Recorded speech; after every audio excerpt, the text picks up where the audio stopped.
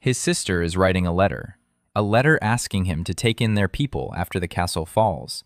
She's not crying anymore, she's simply taking stock of what's left. And he places a piece of bread in front of her and says, "There'll be more tomorrow morning." She puts the letter in a drawer, but doesn't send it.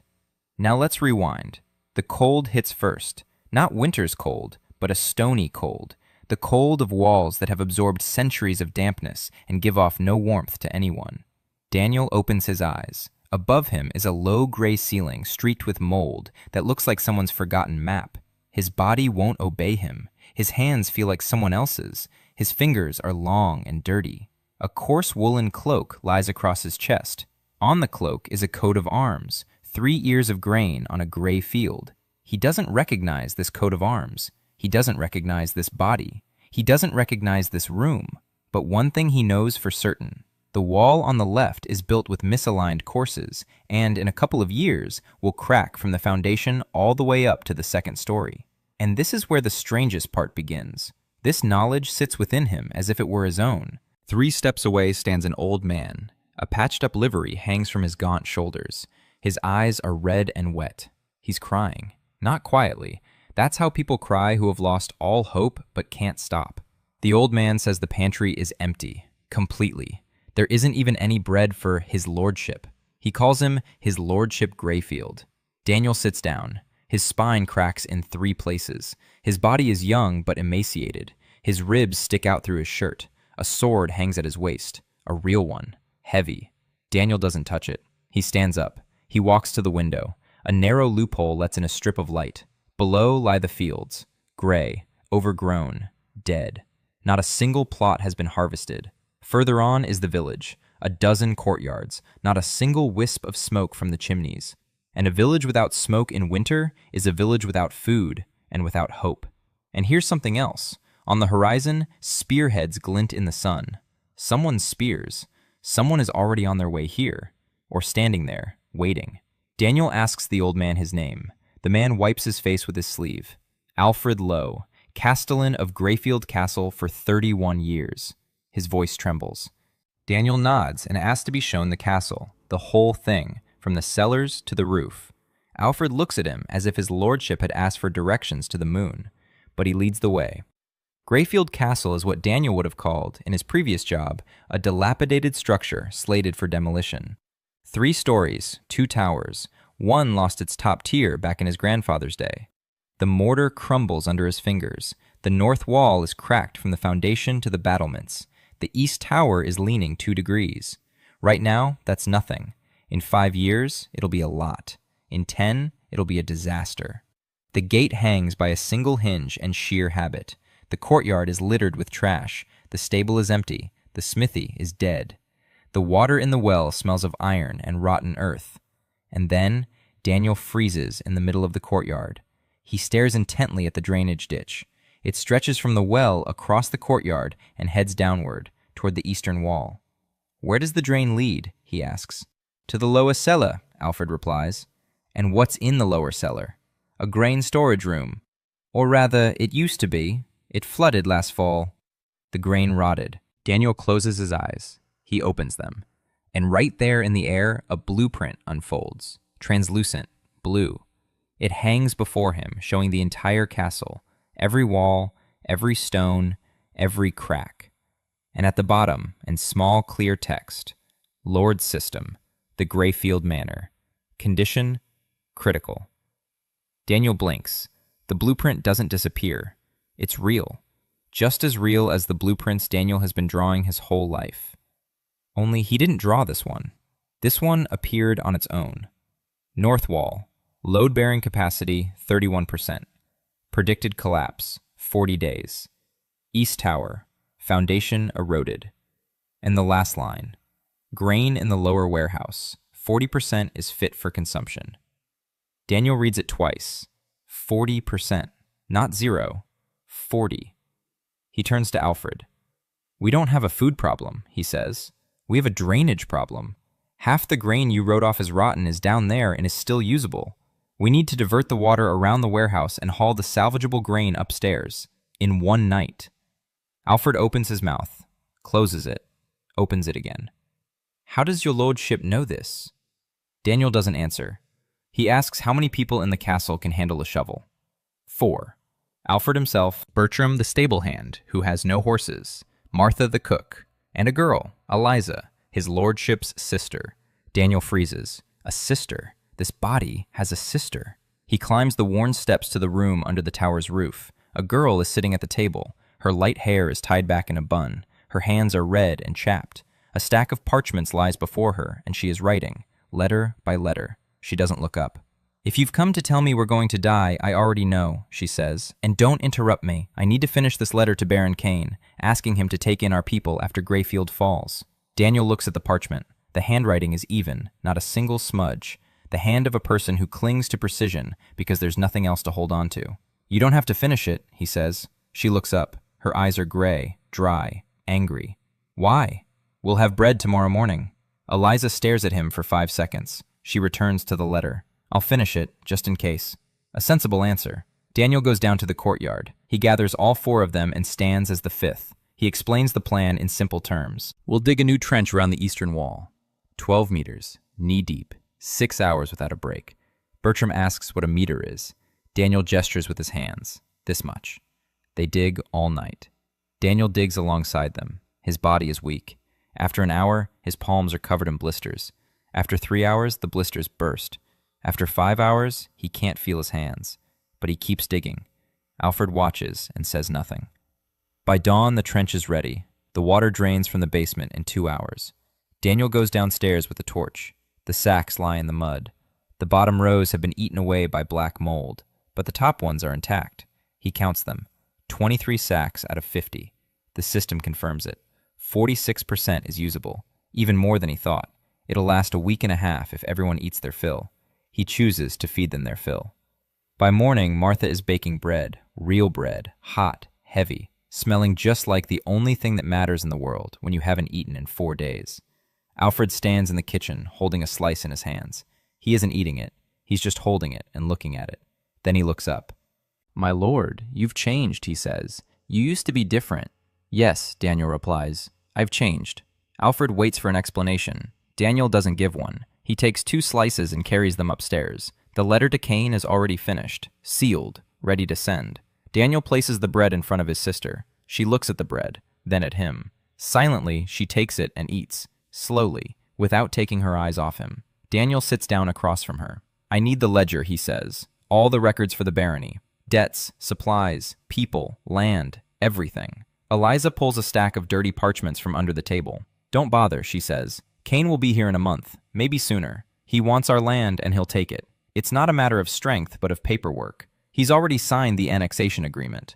Daniel flips through the parchments. Numbers, debts, names, losses. 3 years of slow death, recorded in his sister's neat handwriting. And he sees not letters, but a blueprint, a ruined project that can be restored, if you know where the load-bearing walls are and where the rubble lies. He looks up. "Kane can sign whatever he wants," he says. "Papers are only worth something as long as there's power behind them. If, by the time he arrives, Greyfield is still standing and feeding his people, then his papers are worth nothing." "You're talking like a madman," Eliza replies. Daniel smiles. "Perhaps, but a madman with bread is better than a dead man with a letter." Eliza doesn't reply, but she puts the letter to Kane in the drawer. She doesn't send it. Daniel steps out into the courtyard. The sun is rising over the dead fields of Greyfield. He activates the system. A blue blueprint hangs in the morning light. 3 actions: audit, design, recruit. He selects recruit. The system responds. Search within a 3-day radius. 7 people found. Status: desperate. High readiness for contract. Daniel confirms. 7. In 3 days, they'll arrive. 7 people with nowhere else to go. 7 people with whom it will all begin. He looks at the crack in the north wall, at the leaning tower, at the empty stable, at the fields without a single sprout, and he has one thought, not a heroic one, not a grand one, an ordinary engineer's thought that comes when you look at a structure and grasp the scale of the work. This can be fixed. All of this can be fixed. You just have to start with the foundation. Daniel spent the 3 days before the recruit's arrival conducting an audit. He walked through the castle and the village from morning until dark. The system showed him everything, every stone, every log, every plank. He looked at a house and saw not walls, but loads. weight distribution, stress points, material fatigue. It was like an X-ray, but for buildings. The village of Gryfield consisted of 12 courtyards. 4 were inhabited, the rest stood empty. The roofs had caved in, doors had been torn from their hinges and used for firewood. 11 people lived in the occupied homesteads, old people, a woman with 2 children, a crippled shoemaker. They weren't living, they were merely surviving. The system spat out a short line for each one: 2nd-degree malnutrition, 3rd-degree malnutrition, chronic exhaustion. A damaged knee is fit for sedentary work. A left-hander is fit for archery after 2 weeks of proper nutrition. Daniel recorded everything in his head, not on parchment, in his head. He walked among the people and looked at them the way an engineer looks at materials, not with contempt, with professional attention. This stone will hold. This one will crack. This one needs support. An old woman named Gwen sat outside her house, weaving baskets from twigs. Her fingers were crooked from arthritis, but she wove neatly and quickly. The system confirmed it. Her fine motor skills were intact, suitable for sorting grain and seeds. Daniel asked her how many baskets she could weave in a day. Gwen looked at him suspiciously. She replied that she could weave 3, maybe 4 if the willow was good. Daniel nodded and moved on. He didn't explain why he was asking. It was too early to explain. First, he needed to see the whole picture. He walked around the fields. The system showed the condition of the soil. It was depleted but not dead. The top layer was choked with weeds. Beneath them, the soil still held moisture. If he cleared the 2 nearest fields and planted fast-maturing oats, the first harvest would be ready in 6 weeks. Not a bountiful one, but enough to tide them over. The problem was the seeds. There weren't any. Daniel returned to the castle and asked Eliza if there were any seeds. Eliza replied that there weren't. They had sold the last of the seeds 3 months ago to pay a tax to Baron Cain. Daniel asked what kind of tax. Eliza explained. 2 years ago, Cain had declared that Greyfield owed him for allowing trade caravans to pass through his lands. The debt was fabricated, but Cain had 400 soldiers and Greyfield had none. So they paid, every 3 months, with grain, with livestock, with tools, everything they had, until there was nothing left. Daniel listened. He didn't interrupt. Eliza spoke evenly and calmly, like a report, without anger, without bitterness. It was the speech of someone who had long since given up hope that anyone would listen, but spoke anyway, because silence was even worse. When she finished, Daniel asked if there was anything in the castle that could be traded for seeds. Eliza paused. Then she said there was some old silver in the chapel, candlesticks, goblets, and offering plates. The former baron, their father, had never touched them because he considered it sacrilege. Daniel asked how many there were. Eliza replied that there were 16 items. Daniel asked to see them. They went down to the chapel, a small room in the basement, a stone altar. On it stood silver objects covered in dust and a green patina. The system prompted, 800 fine silver, total weight 7.4 kilograms. The market value was enough to buy seeds for 3 fields. Daniel said they would sell the silver. Eliza pressed her lips together. She said their father wouldn't have approved. Daniel replied that their father was dead and the living needed to eat. Eliza flinched. She looked at him with a long, heavy gaze. Then she nodded. The next day, Daniel sent Bertram with the silver to the nearest trading town. The journey took a day each way. Bertram was reliable, slow, honest to a fault. He would either return with the seeds or not return at all. While Bertram was on his way, Daniel set to work on the north wall. The system highlighted the crack in red. Load-bearing capacity, 31%. Predicted collapse in 40 days. He couldn't repair it without materials or people, but he could stabilize it. He spent 4 hours poring over the blueprint, sketching a shoring plan in the system. Not a permanent one, a temporary one. A wooden buttress made of logs propping up the wall from the inside. Rough, ugly, but it would give the wall another 3 months. The logs were there. 6 empty houses in the village, floor beams in each one. Daniel noted this on the drawing, and the system ran the calculations. Available material, 14 logs ranging from 3 to 5 meters in length, enough for a temporary reinforcement. He, along with Alfred and Martha, began dismantling the nearest empty house. Alfred worked in silence. He still didn't understand what was happening. His lord, who a week ago had been lying in a fever and rambling, had suddenly gotten up and started saying strange words and doing things that made sense. Alfred kept a list. He'd started it on the first day when Daniel said the word drainage. Then he added load-bearing capacity. then buttress, then logistics. The list grew. Alfred hid it under the lapel of his livery and wrote it down every evening by candlelight. He didn't yet know why, but he felt it was important. Martha worked with the fury of a woman who had finally been given something to do other than wait for death. She hauled logs that weighed almost as much as she did. She didn't complain. Only occasionally did she glance at Daniel with an expression he couldn't decipher. Perhaps hope, perhaps fear. By the evening of the second day, the prop was in place. 4 logs braced against the wall from the inside, forming a frame, rough, sturdy. The system updated its readings. Load-bearing capacity, 54%. Collapse forecast postponed by 90 days. That would be enough. Daniel stood in the dark courtyard and looked at the shoring. It was an ugly job. On his last construction site, people would have laughed at something like this. But here, it was the difference between a wall and a pile of rubble. Me between a castle and a ruin. He smiled. On the third day, the summoned ones arrived. 7 of them. They stood at the gate, wet from the rain and dirty from the road. First was a man in his 40s, broad-shouldered, with a thief's brand on his left arm, which he covered with his sleeve. His name was Morgan. Standing next to him was a girl, small, red-headed, covered in dust from head to toe. It was his granddaughter, Lily. Next, a woman with dark hair pulled back in a braid, a calm face, a shoulder bag stuffed with little pouches and bundles of dried herbs. Han Son Mi. She bowed briefly and precisely. Behind her stood a tall woman with a scar across her eyebrow. Her arms hung loosely at her sides, but in the way that people who are used to reaching for a weapon let their arms hang. Catherine Brake. The remaining 3 were peasants, 2 men and an old woman. All were emaciated. All were silent. Daniel stood before them, and the system displayed a line of text for each one. Bricklayer, branded as a thief, physical fitness at 60% of normal. Herbalist, extensive knowledge of medicinal plants, physical fitness at 75%. Sergeant in the Royal Infantry. Deserter, 11 years of combat experience, physical fitness at 82%. He didn't read this aloud. He simply said that, in Greife, there's bread, there's a roof, there's work, and they don't ask where you came from. Catherine asked, "And what in return?"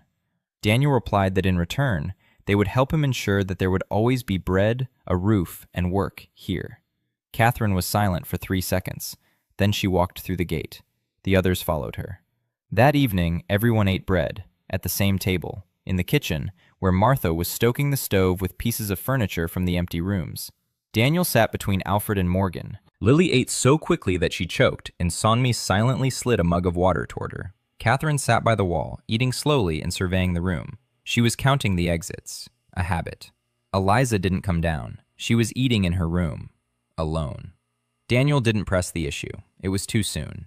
Daniel conducted a thorough inspection of the castle and the village and assessed the condition of every person and every building. He traded the silver from the chapel for seeds to plant. He reinforced the north wall with a temporary log brace, extending its life by 3 months.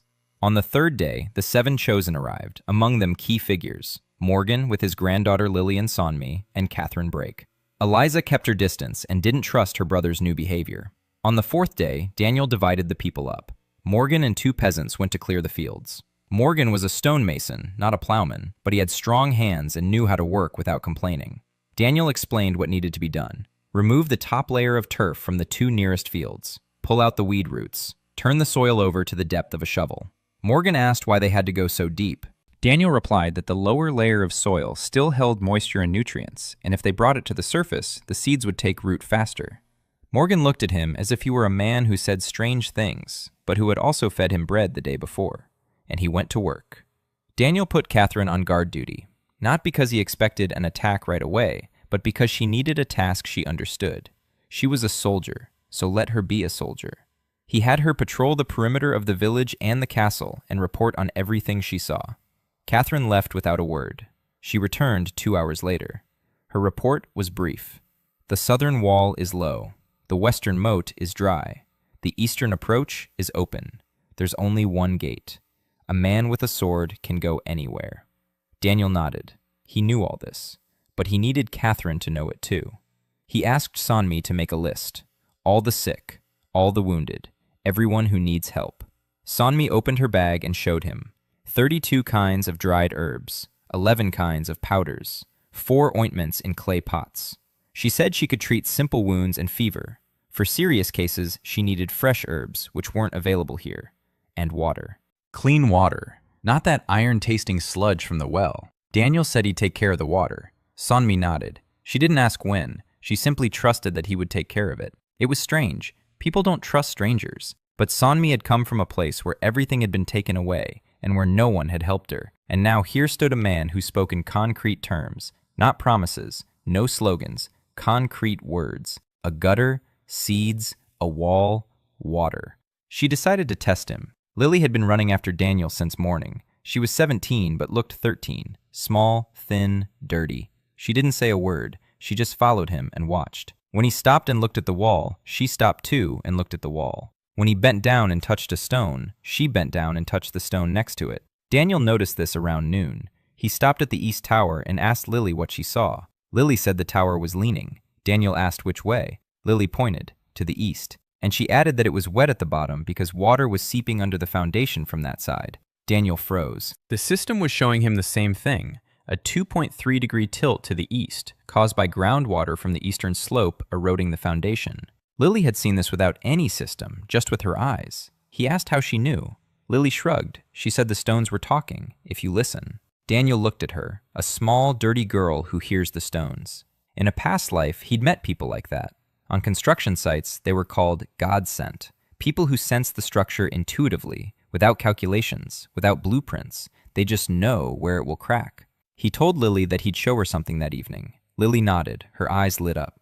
At lunchtime, Bertram returned from the trading post, alive, with seeds, 2 sacks of oats for quick sowing, 1 sack of barley, and news. On the way, he'd come across a convoy of 3 wagons heading east, merchants. They said that Baron Cain was gathering people, not an army, just people, 200 or so, for some work on the western border of his lands. Cain's western border is Greifield's eastern border. Daniel listened. His expression didn't change. He asked how many days ago Bertram had seen them. Bertram replied that it was yesterday.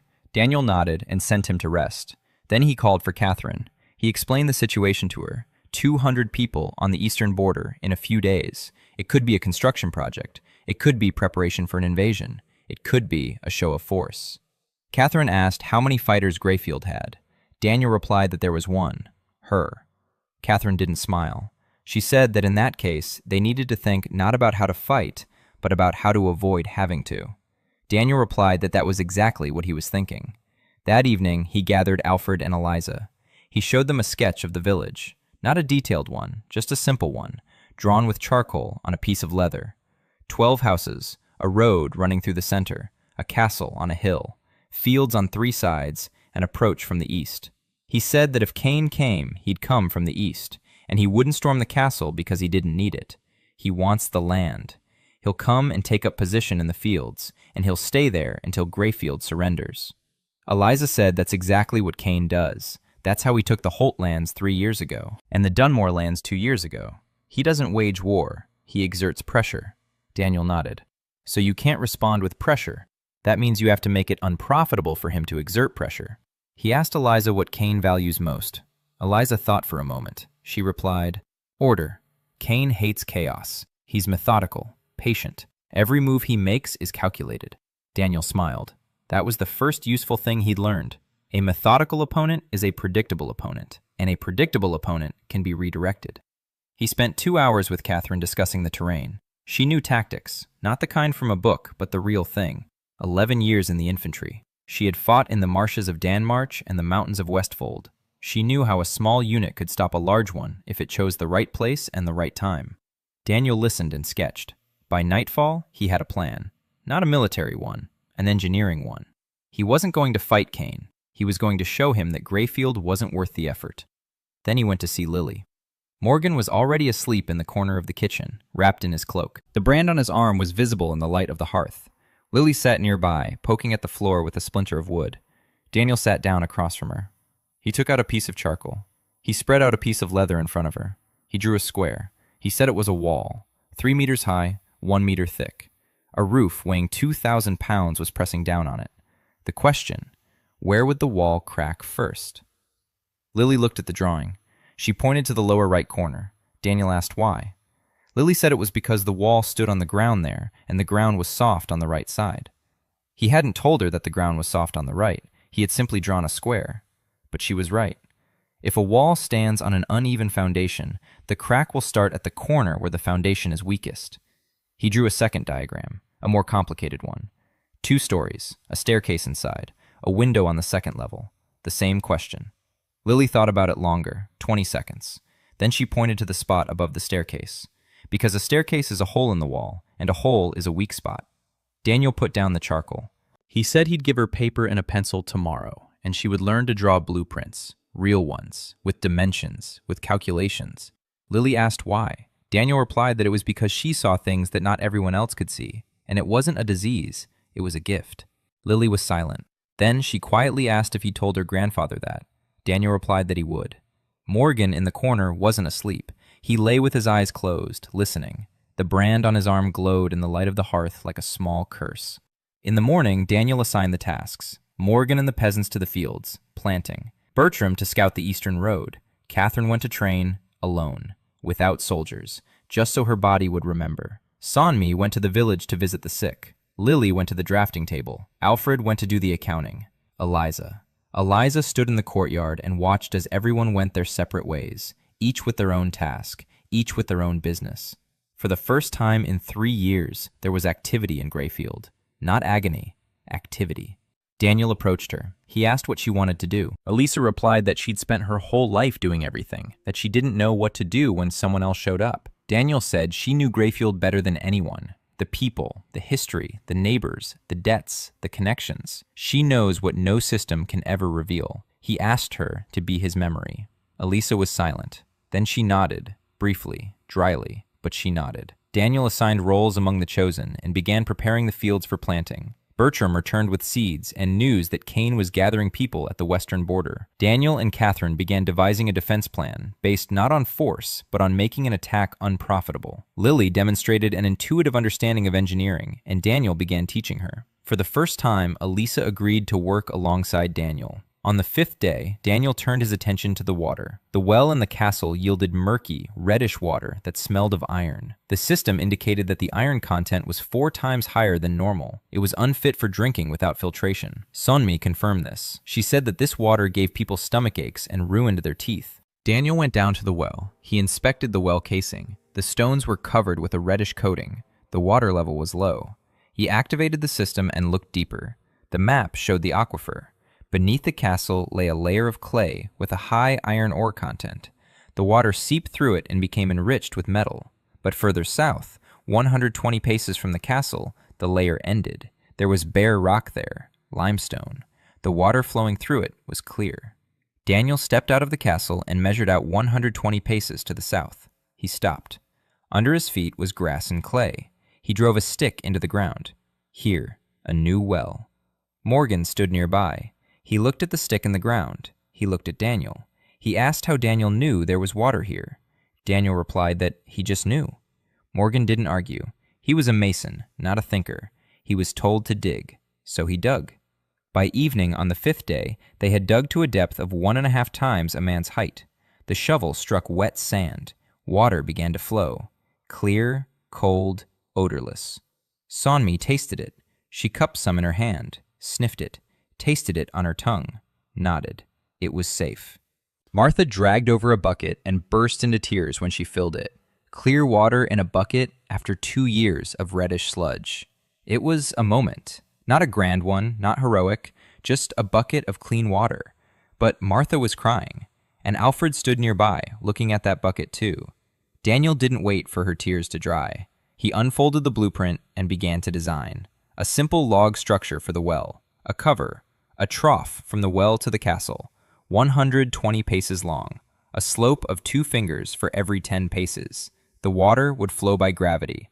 No pumps needed, no magic needed. Only the right geometry was needed. The system approved the project. Completion time, given current resources, was 3 days. Materials: stone from dismantled houses and clay for ceiling. Daniel gave his approval. On the 6th day, 2 things happened. First, Bertram returned from a reconnaissance mission. Cain's men were stationed 3 hours' journey from the eastern border of Greyfield. About 30 men, not peasants, armed horsemen, a reconnaissance party. They hadn't crossed the border. They were standing there, watching. Second, Sonmi came to Daniel and said she needed to talk. They went out onto the wall. The sun was setting. Sonmi said that old Gwen from the village was sick. Not just sick, dying. She has a festering wound on her leg that she's been hiding under rags for 3 months. Sonmi can treat her, but she needs fresh herbs, specific herbs. They grow in the forest south of Greyfield, but the forest is technically Countess Delacroix's territory. If anyone from Greyfield goes in there and gets caught, it's a cause for conflict. Daniel asked what herbs were needed. Sonmi named 4 plants. Daniel didn't know a single one, but he knew something else. He asked the system. A map of the territory unfolded. The southern forest. Delacroix's border was marked in red, but between the forest and the border was a stretch of no man's land, a strip 200 paces wide, an abandoned road. According to Einhold's law, roads between estates belong to no one. They are communal, and everything that grows on communal land is communal. Daniel told Sonmi that if the herbs grew no more than 200 paces from the road, they could take them legally. Sonmi looked at him. She asked how he knew the law about roads. Daniel didn't know. The system knew that. But he didn't say so. He replied that he had read about it. On the morning of the 7th day, Daniel and Sonmi set out southward. Catherine wanted to go with them, but Daniel asked her to stay. If Cain's horsemen were to move, someone had to be at the castle. Catherine didn't argue. She stood on the wall and watched them go. The road south led through fields and then over a low hill. Beyond the hill lay a forest, dark, old. The trees stood so thickly that the sun barely filtered through the canopy. Daniel looked at the forest and the system displayed the data. High biomass, species diversity, normal. The soil is acidic. The water table is close to the surface. A good forest, alive. Sonmi entered it as if she were coming home. She moved quietly and confidently. She bent down toward the ground. She touched the leaves. She sniffed the bark. She wasn't looking for herbs. She could see them, just as Daniel could see the cracks in the walls. An hour later, she had all 4 plants. She gathered them carefully. She didn't tear them. She cut them at the base with a small knife. She left the roots in the ground. Daniel asked why. Sonmi replied that if you pull it out by the roots, the plant will die. But if you cut it correctly, it will grow back. And in a month, you can come back for another batch. Daniel thought that this was engineering thinking, only for living things. On the way back, Sonmi spoke up. For the first time ever, she spoke more than 3 sentences in a row. She told him that her father had been a merchant. He'd sailed in from the Eastern Islands 20 years ago. He settled in Einhold. He traded in spices and medicines. He taught Sonmi to read in 3 languages and to draw maps of trade routes. He loved maps. He said the world made more sense when it was drawn. 2 years ago, Baron Cain imposed a triple tax on Eastern merchants. Sonmi's father couldn't pay. He lost his home. He lost his merchandise. He fell ill with a fever. Sonmi nursed him for 3 weeks. She couldn't save him. She was missing 1 herb, just one. She knew which one. She knew where it grew. But that herb grew on Cain's lands, and picking it was forbidden. Her father died. Sonmi left. She walked for 2 weeks. She heard Greyfield's call. She came. Daniel listened and said nothing. When she finished, he said 1 sentence. He said he would build her an infirmary, a real one, with clean water, with a place for every patient, with a year's supply of herbs, so that she would never again have to watch someone die. A single herb was missing. Sonmi didn't answer. She walked beside him and said nothing. But when they returned to the castle and she was climbing the stairs to see the sick Gwen, Daniel noticed that her hands were no longer trembling.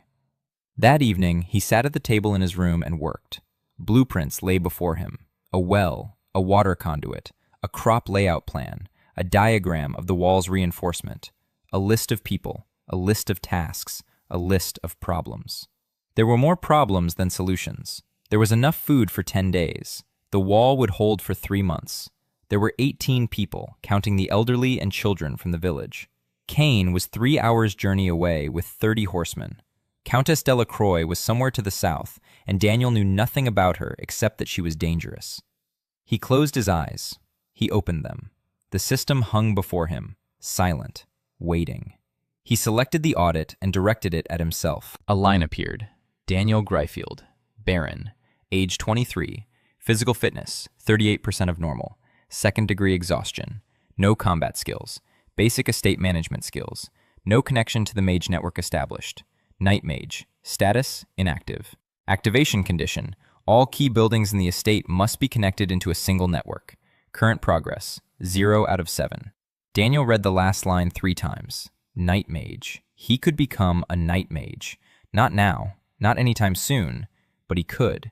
If he builds everything that's needed, if he connects every building to every other, if he turns Gryfield not into a collection of structures, but into a single organism. He's an engineer. He's been doing this his whole life. Only before, it was called designing a building's engineering systems, and here, it was called magic. He put away the blueprints, blowed out the candle, lay down on the hard bed. In the darkness, locked away, something hummed quietly, barely audible, like a distant transformer, or like a vein, an ancient mana vein beneath the foundation. It sensed that someone was working upstairs, someone was repairing, someone was building. For the first time in a long time, Daniel didn't know what the sound was, but he fell asleep peacefully to it. Daniel found a spot for a new well with clean water and began building it. Kane's reconnaissance team was 3 hours' journey away. Songmi gathered herbs to treat the sick Gwen and told her story. Daniel learned through the system that he could become a mage knight if he connected 7 key buildings into a single magic network. Beneath the castle, he heard the rumble of an ancient mana vein for the first time. The 7th day began with a scream. Catherine was standing on the wall, shouting that she could see horsemen, 6 of them, coming from the east. They were trotting straight toward the village. Daniel climbed up onto the wall. The morning was gray and cold. On the horizon, 6 dark dots were moving along the road. The system confirmed it. 6 horsemen, light armor, spears, shields bearing the Kane crest. Their weapons were for reconnaissance, not assault. This wasn't an army. It was a question. Kane was asking whether Gryfield was still alive, and if so, to what extent. Catherine asked what to do. She had a sword, she had experience, but she didn't have 5 soldiers who could stand by her side. Daniel said no one would fight.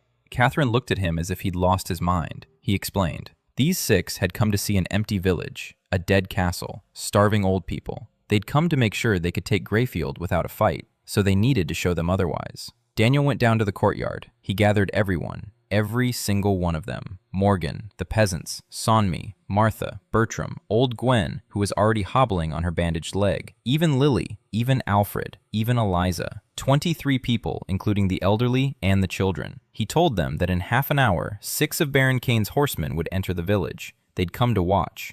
Let them watch. Each of you will now go to your assigned spot and get to work. Morgan, lay stones on the wall. Bertram, stand by the gate with the spear he found yesterday in the armory. Martha, go to the kitchen and stoke the stove so smoke comes out of the chimney. The peasants, to the fields, with shovels. Work. Gwen is to weave baskets by the house. Lily is to repair the masonry on the roof of the east tower. Sonmi is to go to the village to tend to the sick. Alfred is to be in the courtyard, in livery, clean. Everyone must look as if they're busy with their work, as if Gryfield is alive, working, breathing. Eliza asked, "And what about me?" Daniel said she would stand beside him at the gate and remain silent. Eliza asked why. Daniel replied that it was because they needed to see that there was a lord at Gryfield, and standing beside the lord was his sister, calm, confident, not hungry, not afraid.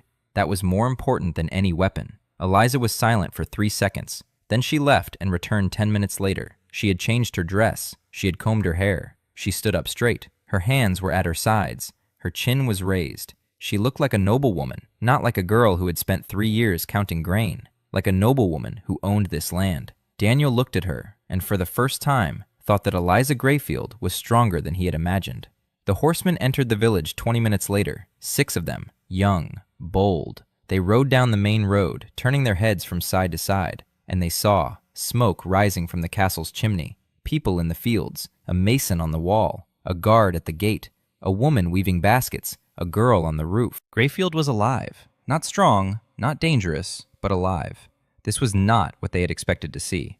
The squad commander rode up to the gate, young, about 25, a mustache, a defiant look. He looked at Daniel, at Eliza, at Bertram with his spear, at the smoke from the chimney. He said he had arrived on Baron Kane's orders to inspect the condition of the land holdings, and he demanded to be let into the castle. Daniel stood there, staring at him.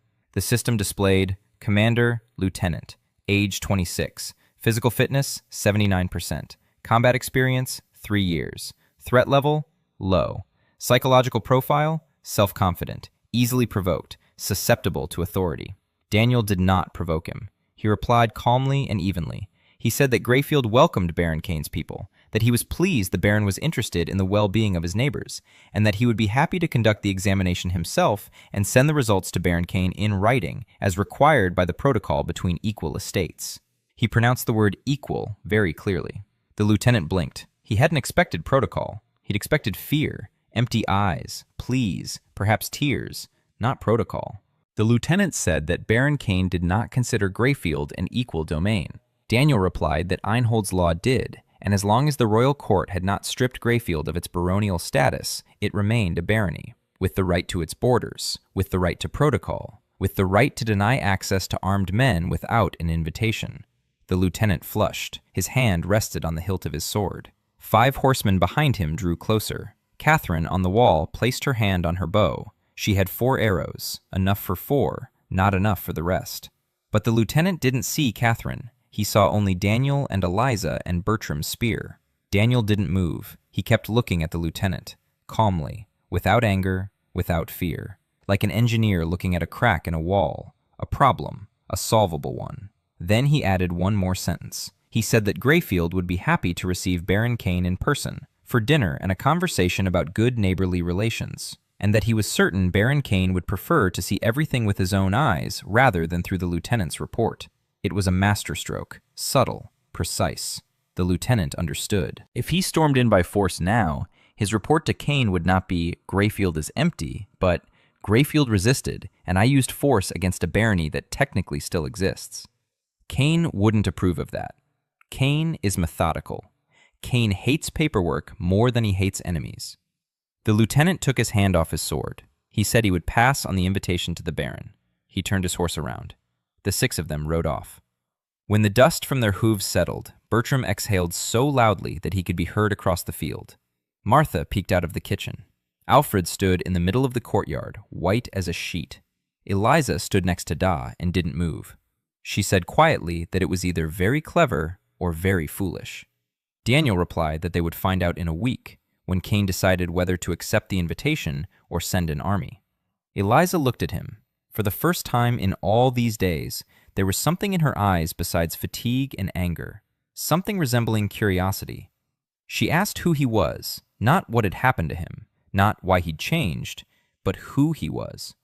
Daniel remained silent, not because he didn't want to answer, but because he didn't know how to explain it. He was an engineer from another world, trapped in the body of a dead baron, rebuilding the barony according to blueprints that only he could see. That wasn't the kind of truth you could say out loud on the 7th day of knowing someone. He replied that he was the one who would fix this house, and that was the truth.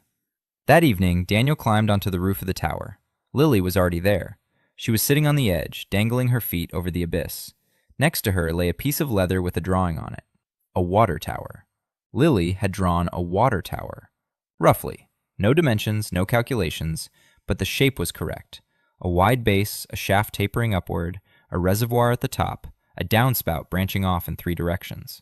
Daniel took the sketch. He looked at it. The system overlaid its analysis on top. The concept is viable.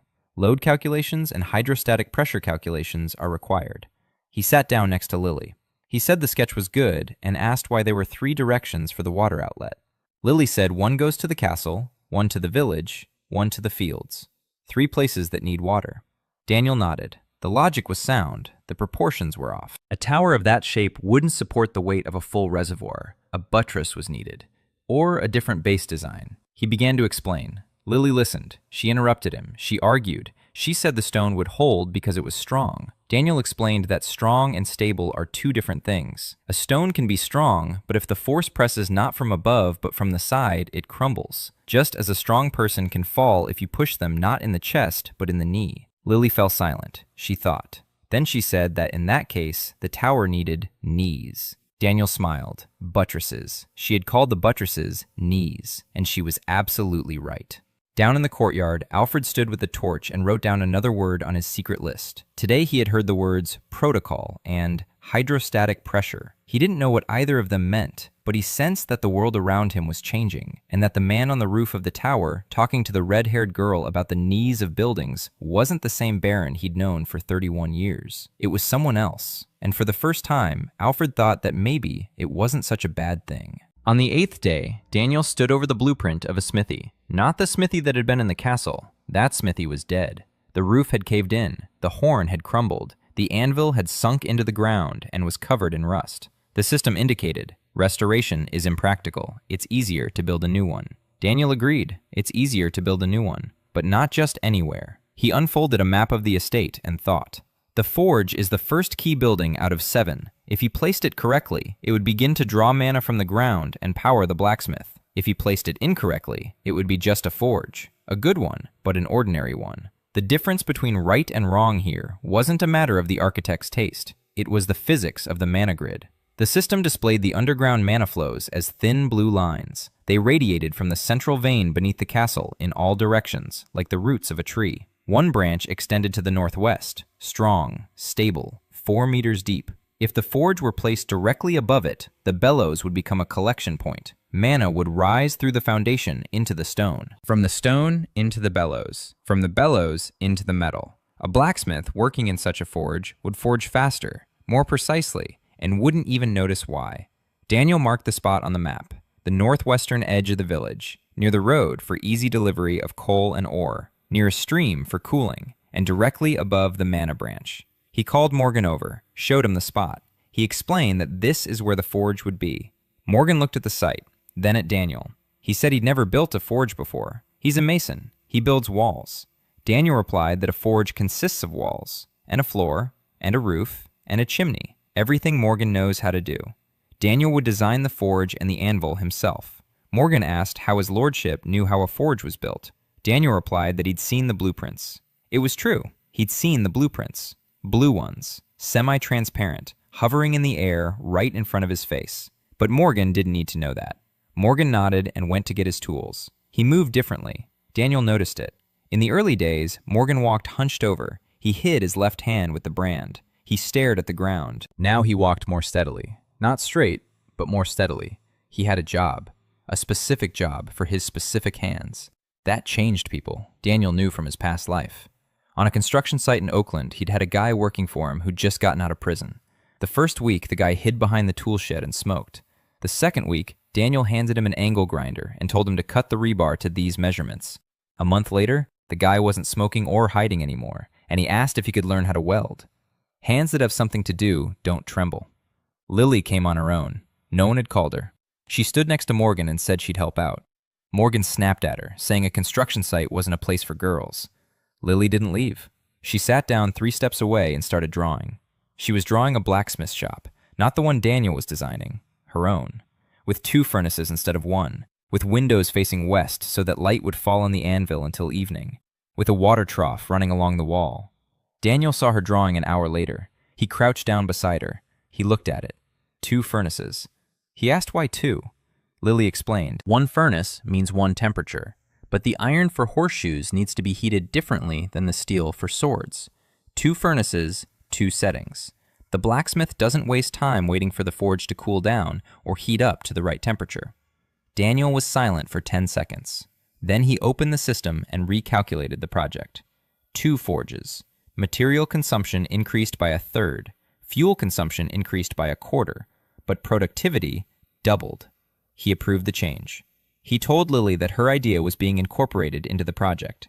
Lily broke into such a wide smile that the gap between her front teeth became visible. Morgan stood there listening. He looked at his granddaughter, at the blueprint, at Daniel, and said nothing. But he no longer hid the brand on his arm. By the evening of the 8th day, the foundation of the smithy had been laid. 4 rows of stone. Morgan worked as he breathed, steady, powerful, without any unnecessary movements. The system showed that the quality of the masonry was 87%. The jointing was correct. The mortar was mixed with the correct ratio of sand to lime. Morgan was a good mason. He was a very good mason. The thief's brand on his arm had nothing to do with the quality of his work. Daniel thought that in this world, a brand was worth more than skill, and that it was wrong. On the 9th day, what Daniel had been waiting for and fearing happened. In the morning, Alfred came up to his room looking like a man who'd just been punched. He said a woman had arrived, alone, on foot, unarmed. She was wearing a gray hooded cloak.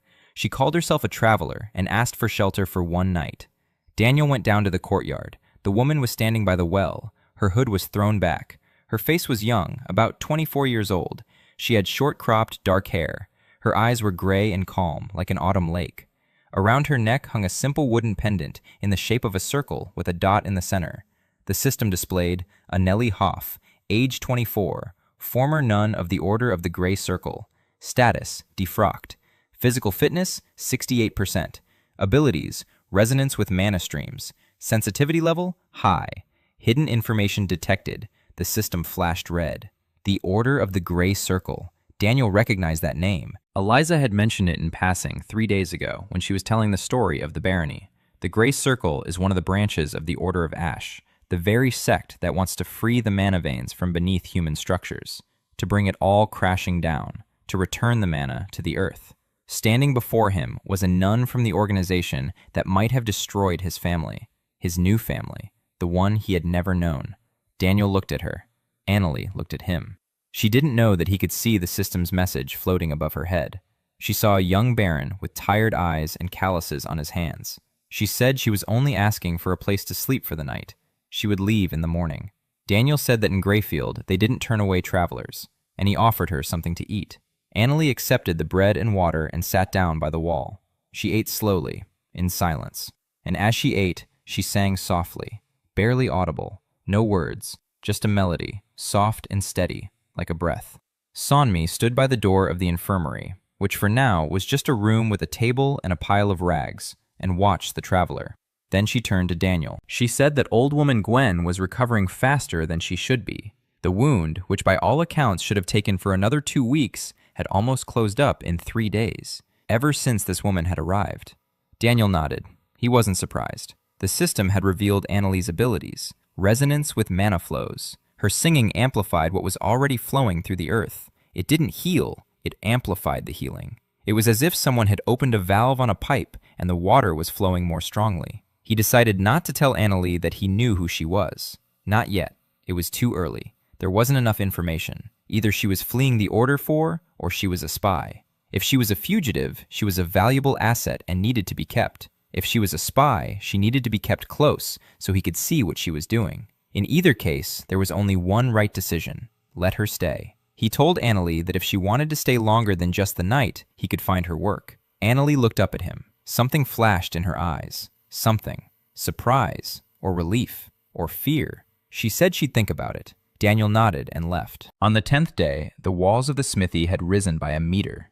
Morgan worked from dawn until dark. 2 peasants and Bertram were helping him. Lily sat nearby and drew. She had redrawn the blueprint for the water tower 4 times already. Each time, it was better.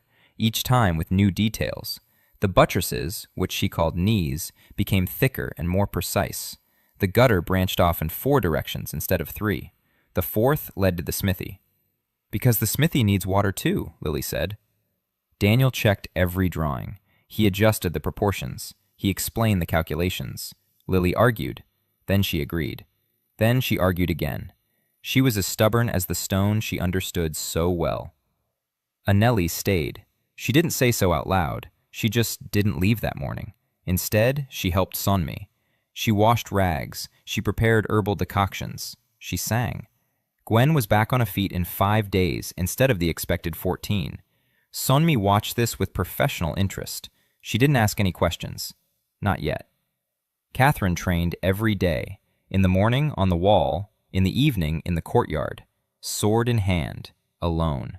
The same movements over and over again. Strike. Block. Dodge. Turn. Strike. Her body remembered. 11 years in the infantry aren't forgotten in a few months of desertion. On the 10th evening, Daniel called her over. He asked if she could train some people. Not everyone. 5 of them. Bertram, 2 peasants, and 2 more who would be coming. The system showed that there were more people within a 2-day journey's radius. 4 of them. A summons had been sent. They would arrive in 2 days. Catherine asked what exactly she was to teach them. Daniel replied that it wasn't combat. Defense. Standing in formation. Holding a shield. Not running away. Catherine said that would take time. Weeks, even months. Daniel replied that they only had days. Catherine was silent for a moment. Then she said he was crazy, but that she'd give it a try.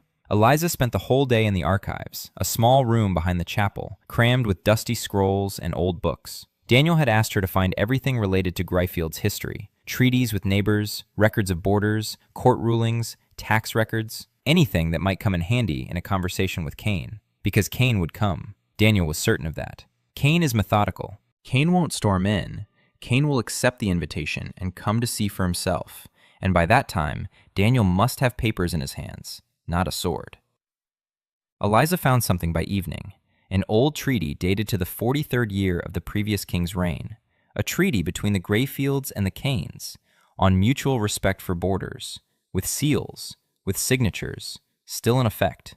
No one had revoked it. Cain had been violating his own treaty for 3 years by collecting an illegal tax. Eliza brought the parchment to Daniel. He read it. He smiled. He placed the document in his desk drawer. He told Eliza that she had just given him a weapon worth more than 1,000 swords. Eliza didn't smile, but the corners of her lips twitched, just a tiny bit. On the 12th day, 4 new people arrived, 2 men, a woman, a boy of about 14. All were thin. All were silent. The system displayed a line of information for each one. Carpenter, 43 years old. Physical fitness, 55%. Specialization, wooden structures. Former archer, 29 years old.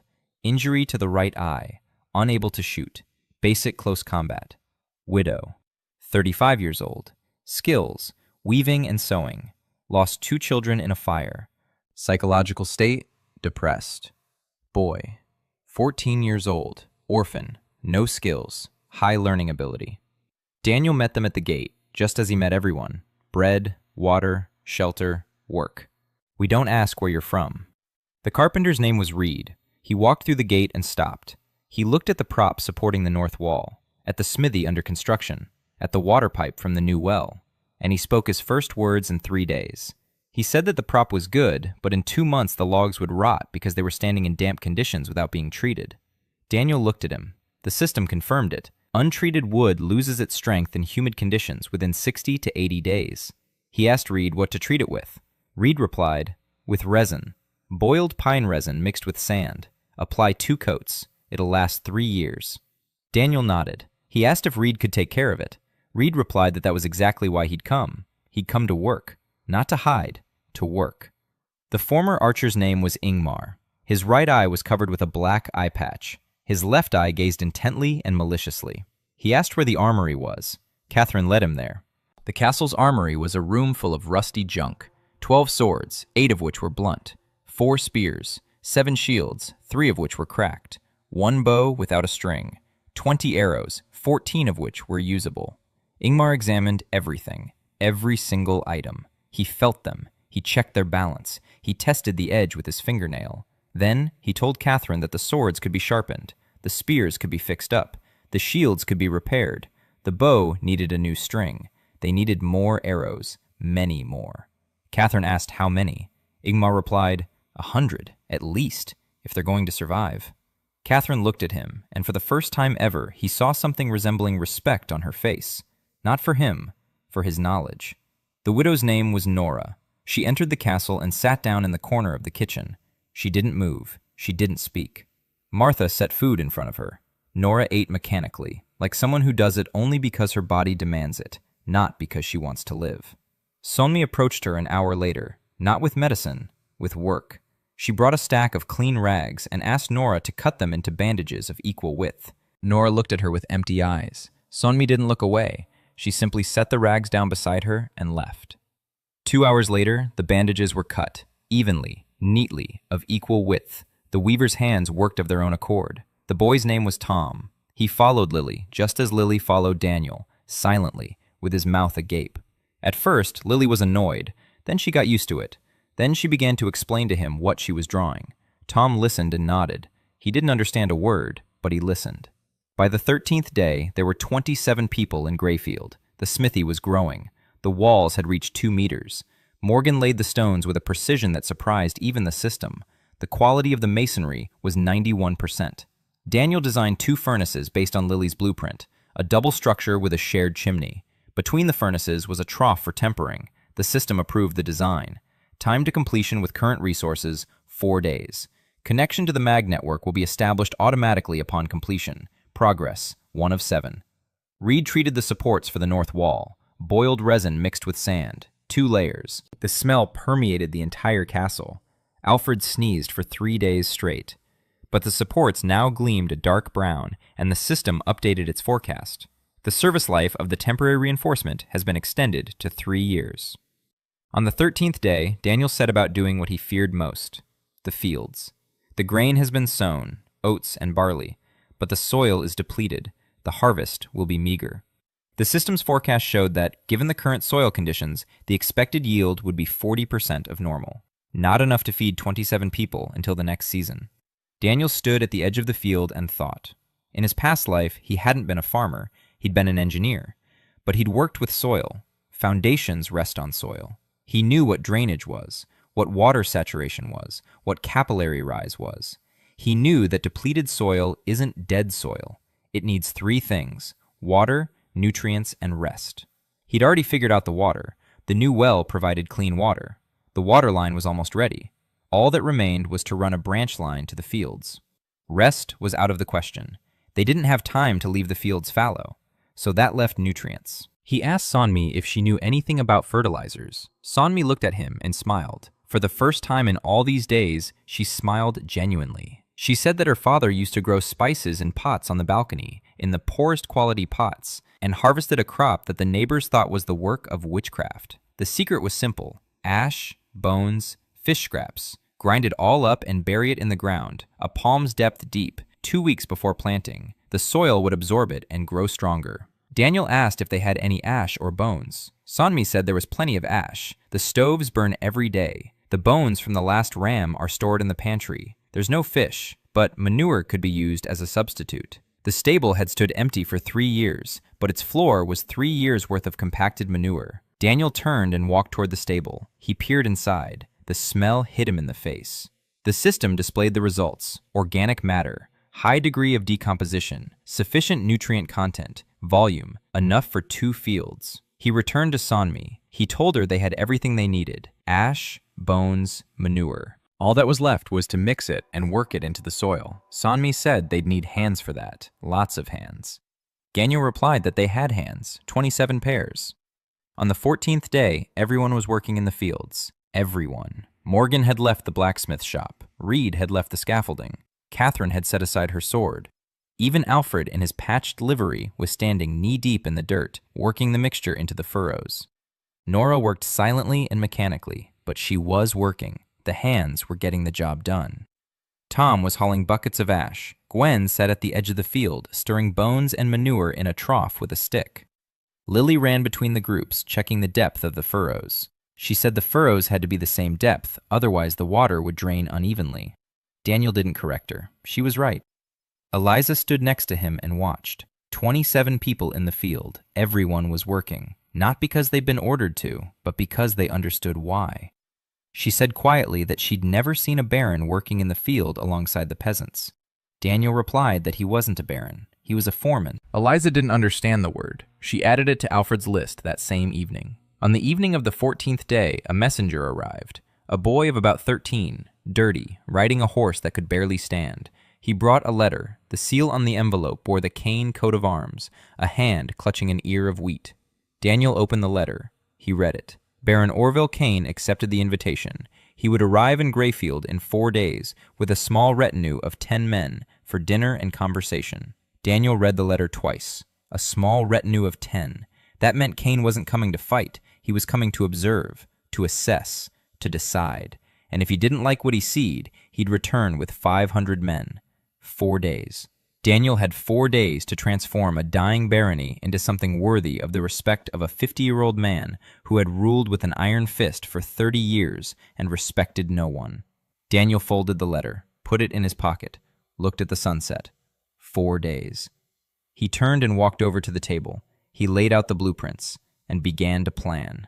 4 new people arrived, including Reed, the carpenter, and Ingmar, the former archer.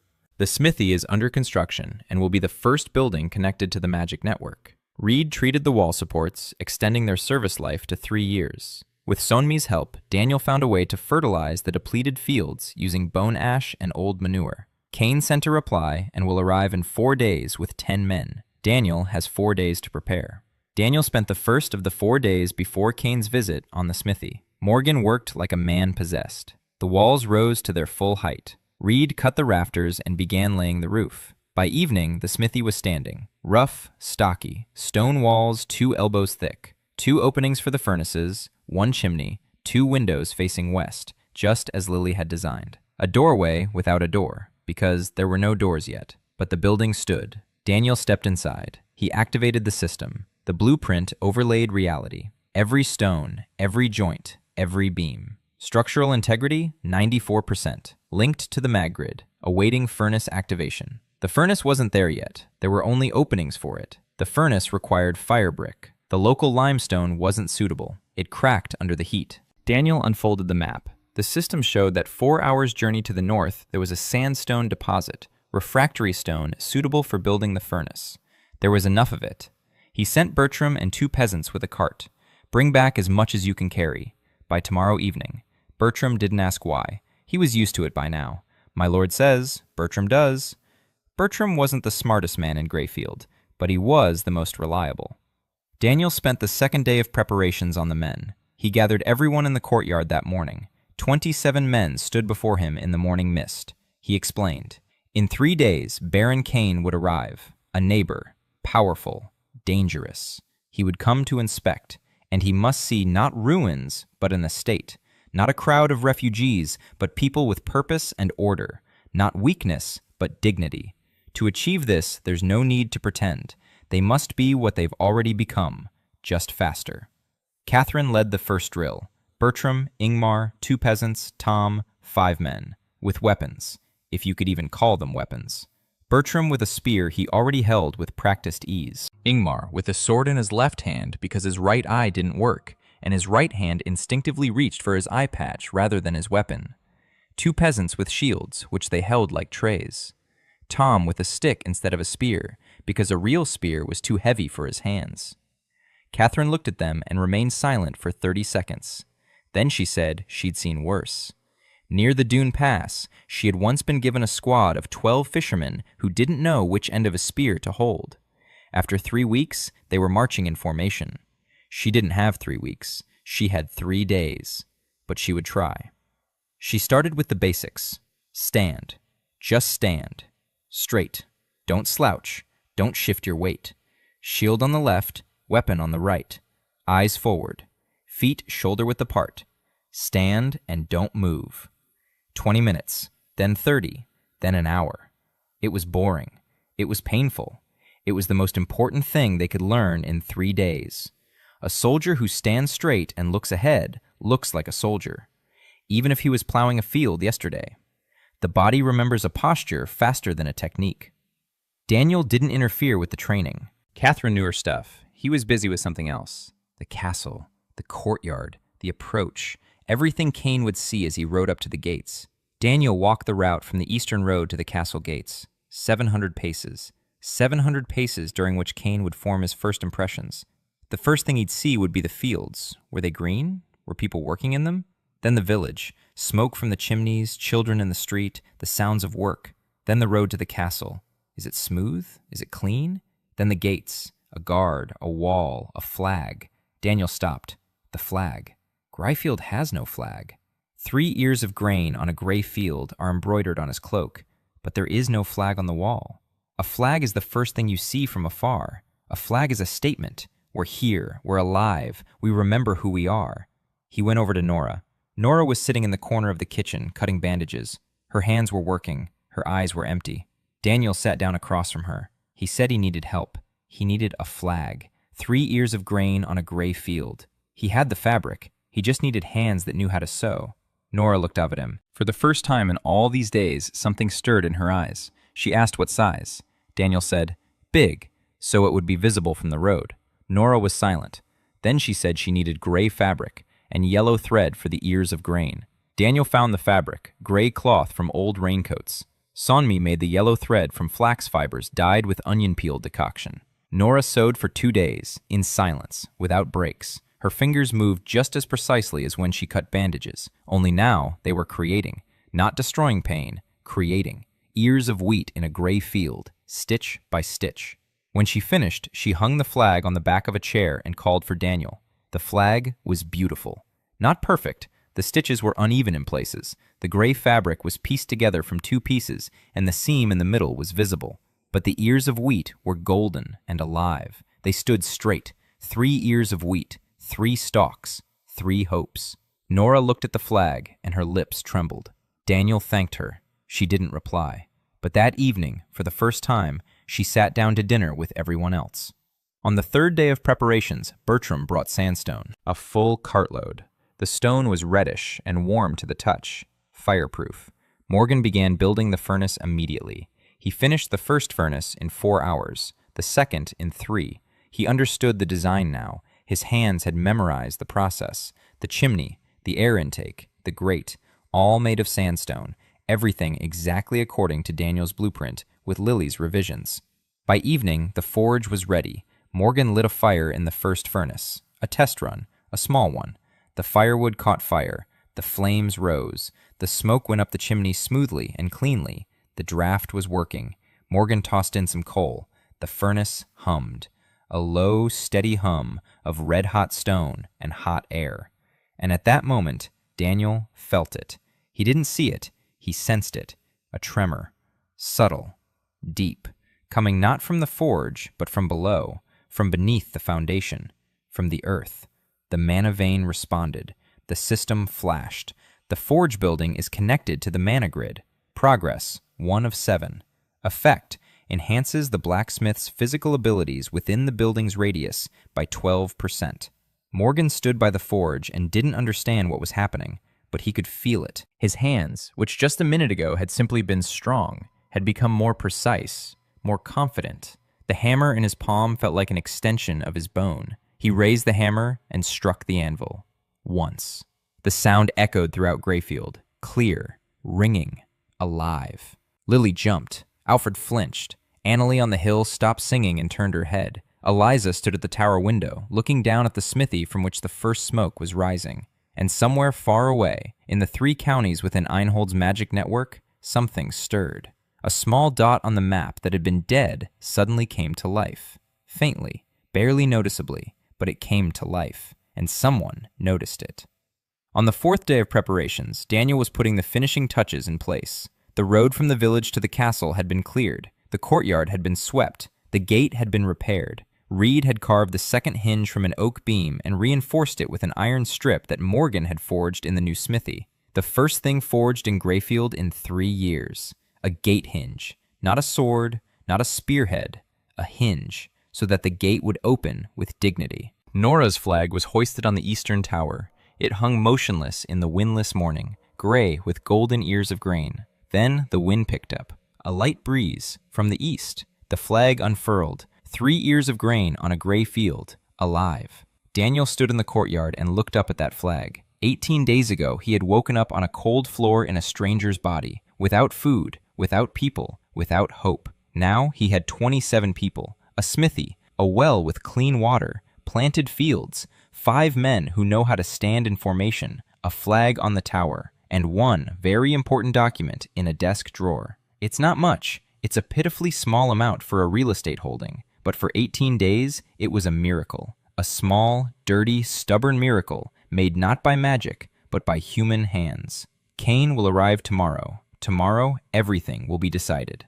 Baron Orville Kane arrived at noon. Daniel stood on the wall and watched as the column emerged from behind the hill. 10 horsemen, 1 in front, a large man, on a dark horse. No banner, no herald. Kane didn't put on a show. He came to observe. The system confirmed it. Orville Kane, Baron, age 52, physical fitness 71%, combat experience 34 years, high threat level, psychological profile, calculating, patient, respects order and competence, despises weakness and showmanship.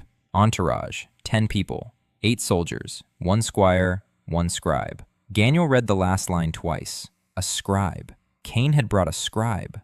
That meant he was ready for negotiations, not an ultimatum. Negotiations. A man who brings a scribe expects the conversation to result in a document. Daniel went down to the courtyard. Catherine had lined up 5 men at the gate. Bertram, Ingmar, 2 peasants, and Tom. They all stood at attention. Shields on the left, weapons on the right, eyes forward. 3 days of training. It wasn't enough to turn them into soldiers, but it was enough to make them look like people who knew why they were standing there. Eliza stood to the right of the gate. Her dress was clean, her hair was pulled back, her hands were folded in front of her. Calm, composure, a noble woman. Alfred stood on the left, in a livery that Nora had mended and ironed with a hot stone. He looked almost presentable. Daniel stood in the center. He wore the same cloak with 3 ears of wheat. He had no others. But the cloak was clean, and Daniel stood straight, not like a lord, like a man who knows his worth. The gate swung open on 2 hinges, smoothly, without a squeak. Morgan's hinge worked.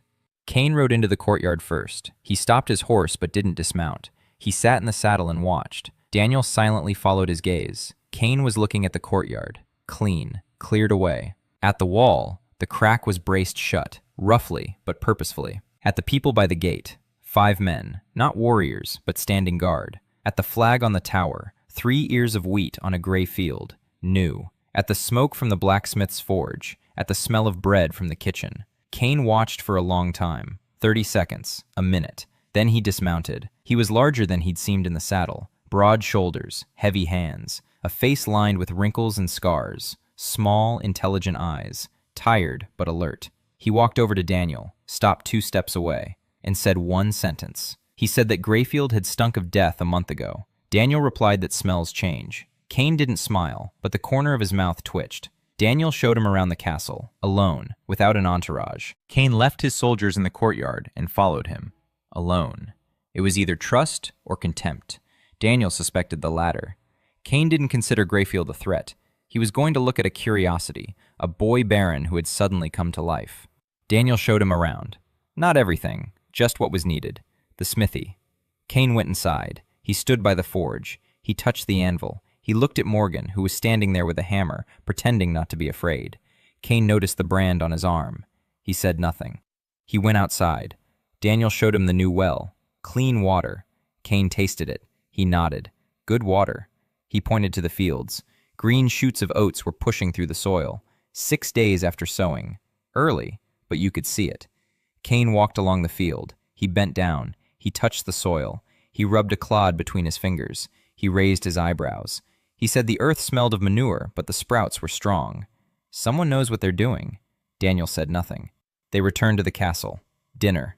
Martha had been cooking for 2 days. No feast, just a simple meal. Bread, porridge, a root vegetable stew. But it was hot and plentiful, served in clean bowls on a clean table. Cain sat down. Daniel sat across from him. Eliza sat next to Daniel. Cain's scribe sat in the corner with parchment and a quill. Cain ate in silence. Then he pushed his bowl aside and spoke. He said he hadn't come to fight. He'd come to understand. A month ago, Greyfield was a ghost town. Now he sees a blacksmith shop, crops, people, guards at the gates, a flag. He wants to know how. Daniel answered, simply and briefly. He said he'd found grain that was thought to be rotten. He'd repaired the gutter, dug a well. He'd called on people who had nowhere else to go. He built a blacksmith shop. He planted the fields. No magic, no secret, just hard work. Cain listened. He didn't interrupt. When Daniel finished, Cain said that it was all wonderful. But on his desk lay a document regarding the annexation of Greyfield's lands, signed by 3 witnesses and awaiting only a seal, and that the gutter and the blacksmith shop did not negate the fact that Greyfield owed him 3 years' worth of wagon passage. Daniel nodded. He pulled a rolled-up parchment from behind his belt. He placed it on the table. He unrolled it. An old treaty from the 43rd year of the previous king's reign, between the Greyfields and the Cains, concerning mutual respect for borders, including a clause on duty-free passage for wagon trains in both directions. With seals, with signatures, still in effect. Cain looked at the parchment. He read it. He reread it. His expression didn't change, but his fingers clenched on the table. He said this treaty was old. Daniel replied that old didn't mean invalid. As long as the royal court hadn't revoked it, it remained in force. And that meant the 3 years of taxes that Greyfield had paid to Cain were illegal. And if this parchment fell into the hands of any of the great houses, Cain would be in trouble. Not with Greyfield, with his reputation. Cain was silent for a long time. The scribe in the corner stopped writing. Eliza held her breath. Then Cain looked up. There was no anger in his eyes. There was something else, an assessment. He looked at Daniel as if seeing him for the first time. He said that the boy Greyfield had grown up. Daniel replied that the boy Greyfield wanted only one thing, to be left alone. He makes no claim to Cain's lands. He has no intention of complaining about past taxes. He won't show this parchment to anyone. All he needs is peace, real peace, backed by a document, which this scribe will write right now.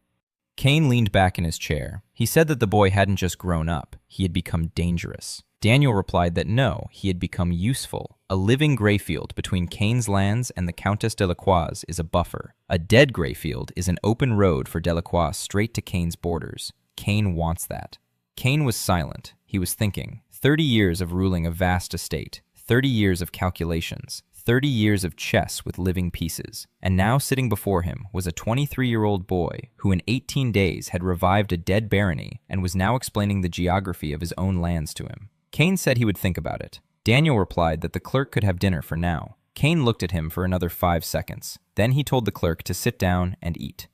Dinner continued, in silence. Only the sound of spoons against bowls, and somewhere in the silence, the crackling of firewood in the stove.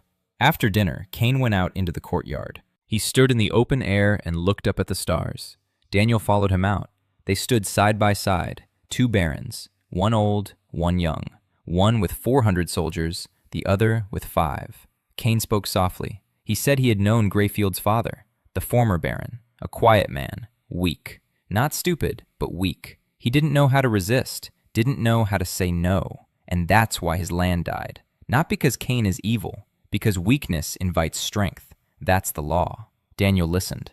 Cain continued. He said that Daniel was different, that he didn't know where it came from, but he could see that the boy wasn't afraid, and that was frightening. Because a person who isn't afraid is either a fool or knows something the rest don't. Daniel replied that he wasn't a fool. Cain nodded. In the morning, the clerk drew up a document, a peace treaty between the barony of Cain and the barony of Greyfield, mutual recognition of borders, withdrawal of all claims, duty-free passage for caravans, valid for 5 years. Cain signed. Daniel signed. Eliza affixed the Greyfield seal, which she had kept in a box under her bed all these years.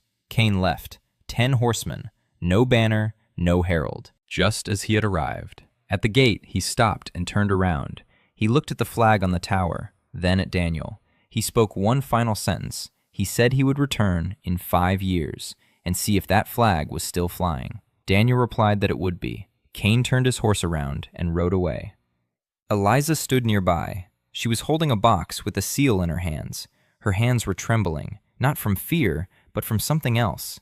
She said quietly that for 3 years she had been writing letters, dozens of them, to creditors, to neighbors, even to the capital. She had begged, she had pleaded, she had bargained. Not a single letter had worked. And he had accomplished in a single dinner what she hadn't been able to do in 3 years. Daniel replied that she had accomplished the most important thing. She had kept Greyfield alive until the moment he arrived. Without her, he would have had no one to save. Eliza didn't reply. She went up to the tower. But that evening, for the first time, went down to have dinner with everyone, and she sat next to Daniel. After Cain left, Greyfield let out a sigh. Daniel didn't. He knew that peace with Cain was a beginning, not an end. One threat had receded. Others hadn't arrived yet. But he now had some time. Not much. A month, maybe 2. That would be enough if he didn't sleep. He didn't sleep. Daniel spent the first 3 days after Cain's visit poring over the blueprints. The system showed 7 key buildings for the magic network. The forge was ready. It was connected. It was working. 6 remained. The mill, the infirmary, the barracks, the granary, and the watchtower. The chapel. Each building in a specific location. Each above its own mana branch. Each with its own function in the network. The mill amplifies the fields. The infirmary amplifies the healers. The barracks amplify the soldiers. The granary amplifies the supplies. The watchtower amplifies visibility and communication. The chapel boosts the vein itself. 6 buildings. He has 27 people. 1 stonemason, 1 carpenter. Not a single engineer besides himself. Enough materials for 3 buildings. Maybe 4 if he scrimps. There won't be enough time to build 6 buildings even in a year. So he needs to set priorities. Daniel thought about it for 2 days. Then he decided. The mill comes first. Because without flour, there's no bread. Without bread, there are no people. Without people, there's no barony. He chose a spot, the southern slope of the hill. There, the mana vein ran shallow, and a stream flowed nearby. The mill will be water-powered, not wind-powered. Water power is more reliable. The wind might die down. Water always flows. He designed the structure. Simple. An undershot wheel, a wooden drive shaft, stone millstones, a building made of local limestone with a wooden roof. Reed would handle the wood. Morgan would handle the stone, the millstones. The system showed that 3 hours' journey to the west, there was a granite outcrop. Granite is ideal for millstones. Hard, grainy, doesn't crumble. But granite is heavy. 2 millstones weigh half a metric ton. It's impossible to carry them by hand for 3 hours. We need a cart, a horse, or oxen. Grayfield had neither horses nor oxen. Daniel stood over the blueprint, thinking. The system suggested an option, a call for help. There were people within a 4-day journey's radius, 12 people. Among them, a farmer with 2 oxen, a former miller, a family of 5 who'd lost their home in a fire. Daniel activated the summons. 12. In 4 days they'll arrive, with the oxen. While he waited, Daniel set about organizing the infirmary. Not a full-fledged building, just a room. Sunmi was working in the corner of the kitchen. That wasn't right. The sick and the food shouldn't be near each other. He chose a space on the ground floor of the castle, 2 rooms separated by a wall, one for examinations, the other for bedridden patients, a door between them. South-facing windows for light, close to the new water supply for access to clean water. Reed knocked together some tables, 2 cots made of planks and hay, a shelf for herbs and ointments. Sunmi moved her supplies over. She arranged everything in order, herbs on the left, ointments on the right, tools in the center. The bandages Nora had cut were in a basket under the table, clean rags for dressings on the shelf, water in a clay jug by the door. When she was done, she stood in the middle of the room and looked. Not at the walls, not at the shelves, somewhere deep inside herself. Daniel stood in the doorway and waited. Sun told me that this was the first time she had a place, her own, for her work. Not a corner, not a basement, not the side of the road, a place. With water, with light, with order. She said her father had dreamed of a place like this for her. He used to say that a daughter should heal not in the dirt, but in cleanliness. That a healer without a home is not a healer, but a vagabond with herbs. He died before he could see it come to pass. Daniel replied that the house was ready, and that once they built a proper infirmary as a key building in the MAG network, it would be even better. With separate wards for patients, with running water inside, with a year's supply of herbs. Sunmi nodded. She wasn't crying, but her voice was quieter than usual.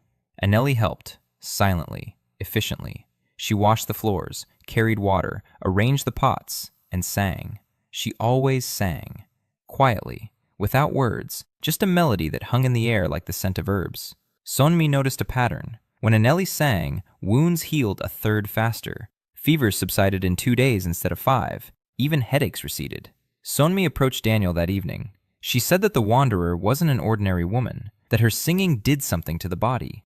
Not to the illness, but to the body itself. As if the body were remembering how to be healthy. Daniel nodded. He knew. But Sunmi didn't need to know everything. Not yet. He said that Anneli was helpful, and that she should keep working. Sunmi agreed, but in her eyes there was not agreement, but a question. She would remember, and ask later. On the 22nd day, 12 new people arrived. With them were 2 oxen, skinny but alive, and a former miller named Gottfried. Old, hunchbacked, his hands calloused from the millstones. Gottfried looked at the site for the mill, at the stream, at the slope. He said the spot was good, but the stream's gradient was too gentle. The wheel would turn slowly. Daniel asked what he suggested. Gottfried replied that they needed a weir, a small one, to raise the water level by 2 elbows. Then there would be enough head. Daniel redesigned the system. He ran the numbers. Gottfried was right. The weir would increase efficiency by 40%. He added the weir to the project. Construction of the mill began. Morgan laid the walls. Reed was making the wheel. Gottfried supervised the installation of the millstones. 12 new workers were on the loading team. Oxen hauled stone. Grayfield hummed with activity. 39 people, each with a task, each with a place, each with a name that Daniel remembered. Eliza kept track of everything. People, supplies, expenses. She did it better than anyone, more precisely, more carefully. She knew exactly how much grain was left, down to the handful, how much firewood was used each day, how much water each person needed. She was Grayfield's memory, and for the first time, that memory was working not for survival, but for growth. On the evening of the 22nd day, Daniel climbed the wall, alone. He stood and looked out over the estate, at the fields where the oats were green, at the smithy from which smoke rose, At the site of the mill, where the first foundation stones had already been laid. At the village, where lights were on in 8 out of 12 houses. At the people, walking through the yards and talking. Not whispering, talking. The system displayed the overall picture, the barony of Greefield. The situation was stabilizing.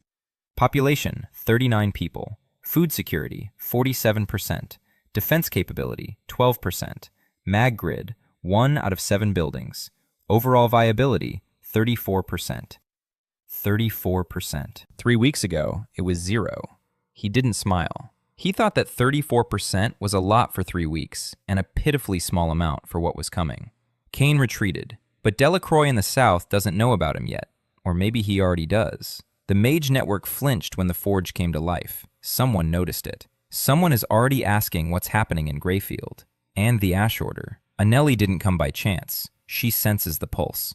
If she senses it, others do too.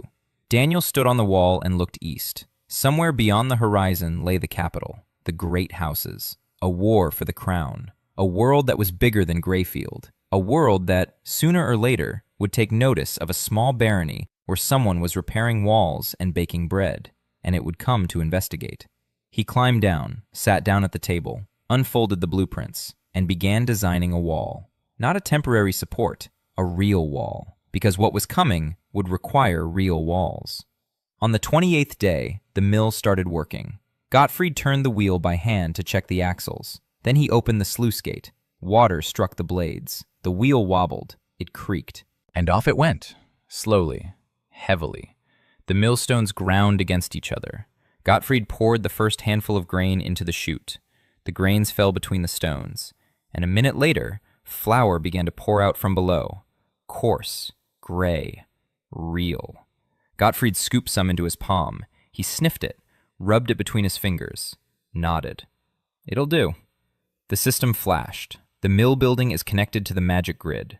Progress, 2 out of 7. Effect, increases crop yield in the estate's radius by 15%. Daniel felt it again, a tremor from beneath the ground, subtle, deep. The second node in the network came to life, 2 out of 7. And somewhere far away in Einhold's mag network, a second spark ignited on a map that no one had drawn, but everyone sensed. On the 29th day, a messenger arrived, not from Kane, from the south, riding a fine horse, wearing a cloak bearing the coat of arms of a silver lily on a black field, the Delacroix coat of arms. The messenger handed over a letter, sealed, addressed to Baron Gryfield. Daniel opened it in front of everyone. Eliza stood nearby. She read over his shoulder. The letter was short. Countess Adeline Delacroix expressed surprise that the barony of Gryfield was showing signs of life, and she announced that she was sending her inspector to assess the condition of the estate. The inspector would arrive in 7 days. Refusal of the inspection would be regarded as an admission of illegitimacy. Eliza turned pale. She explained, Delacroix is not Kane. Kane wanted the land. Delacroix wants control. The inspection isn't a courtesy call. It's an audit. The inspector will look for any excuse to declare Gryfield unviable and place it under Delacroix's guardianship. Guardianship means the end. Gryfield will cease to be an independent barony and become part of the southern county. Forever. Daniel reread the letter. An inspector. Not the army, not assassins. An inspector. A man with papers and eyes. You need papers to counter papers. To counter eyes, you need something worth seeing. He asked Eliza what the inspector would be checking. Eliza listed them. Population? Are there enough people to sustain the estate? The minimum threshold under Einhold's law is 40 free citizens. Gryfield has 39. 1 is missing. Infrastructure. The mill, a smithy, a well, a wall. Everything must be in working order. Tax capacity. The estate must be able to pay the royal tax. There is no king, but the law remains, and technically, Greyfield owes the crown 2 years' worth of taxes. Military readiness. Minimum garrison, 10 trained men. Greyfield has 5, and even the word trained was a generous assessment. Daniel did the math. 7 days. He needed 1 man to meet the population threshold, 5 soldiers to make up the garrison, and money for the tax, which he didn't have. He set the system in motion. Conscription, a 5-day radius, search. The system ran for a long time. A minute, 2. Then it returned a result. 9 men found. Among them, a former infantry sergeant, 33 years old, wounded in the leg, limping, 12 years of combat experience. 2 brothers, farmers, 25 and 28 years old, lost their land. Physical fitness, 70%. A former accountant for Baron Holt, 41 years old, literate, skills in bookkeeping and record keeping. The remaining 5 are peasants and artisans. Daniel activated the draft. 9 men, 48 in total. That'll be enough, if they arrive on time. The money problem remains. He called for Eliza and asked how much the royal tax amounted to for 2 years. Eliza named the sum. Daniel wasn't familiar with the local currency, but he could tell from her expression that the amount was enormous. For them, not for a real barony, for what they had. He thought about it all evening. Money. Where to get money in a place where there's nothing? The silver from the chapel had been spent on seeds. There was no other silver, no gold, no goods to sell. The first harvest was 3 weeks away. Too late. That night, he sat at the table and stared at the diagram. The magic grid. 2 points, the smithy and the mill. The smithy enhances the blacksmith. The mill enhances the fields. What if? He expanded the system and asked a question. Could the smithy produce goods for sale? The system replied, at the current level of connection to the magic grid, blacksmith Morgan is capable of producing items of above average quality. Horseshoes, hinges, bolts, knives, tools. Market value of 1 day's work at full capacity. The system displayed a number. Daniel did the math. If Morgan were to forge every day without a break for 7 days, he would earn 1/3 of the tax. 1/3. That wouldn't be enough. He thought further. The mill, flour. Gottfried grinds grain. But he grinds only his own. What if he ground others' grain? What if he offered the surrounding villages the chance to have their grain milled in Greyfield for a share? 1/10 of the milled grain goes to the miller, an old custom, legal, beneficial to both sides. The nearest mill in the district belonged to Kane and was a day's journey away. The Greyfield mill is closer, more convenient. The peasants will come here. Daniel did the math. Flour plus iron. That's 2/3 of the tax. The remaining third. He thought about it again, and then he remembered. The trade route. That very road between the estates, which, under Einhold's law, belongs to no one. It runs through the southern edge of Greyfield. Caravans from the eastern lands travel south along it. If he built an inn on the road, a roof over their heads, a well, hot meals, a place to spend the night, the wagon drivers would stop. They'd pay. Not much, but consistently. He wouldn't have time to build an inn in 7 days, but he could fix up one of the empty houses in the village, right by the road, fix the roof, set up a table. There's already a well. Martha knows how to cook. Eliza knows how to count. A basic inn, in 3 days. He got up from the table, went over to Eliza, knocked on the door. Eliza opened it. She wasn't asleep. She was counting. He explained the plan. 3 sources of income: blacksmithing, milling, the inn. Eliza listened. She didn't interrupt. When he finished, she was silent for a moment. Then she said the plan was crazy and that she would start calculating the costs for the inn right away. Daniel nodded. He went back to his room. He lay down. He fell asleep for 20 minutes. He woke up, and he started sketching. The mill began operating and became the second building in the magic network. A letter arrived from Countess Delacroix stating that the inspector would arrive in 7 days. Daniel looked into the inspection requirements and discovered that he was 1 resident short of the minimum threshold, 5 soldiers short of the garrison, and lacked the funds for the tax. He came up with 3 sources of income: forging for sale, milling other people's grain, an inn on the trade route. He recruited 9 more people. Eliza joined the plan. The 7 days leading up to the inspection turned into 7 days that turned Greyfield upside down. Daniel slept 3 hours a day, sometimes 2. The Baron's body was young, but it was breaking down. His hands shook from exhaustion. His eyes burned. The system showed him his own condition every morning. Physical fitness, 32%, then 29, then 27.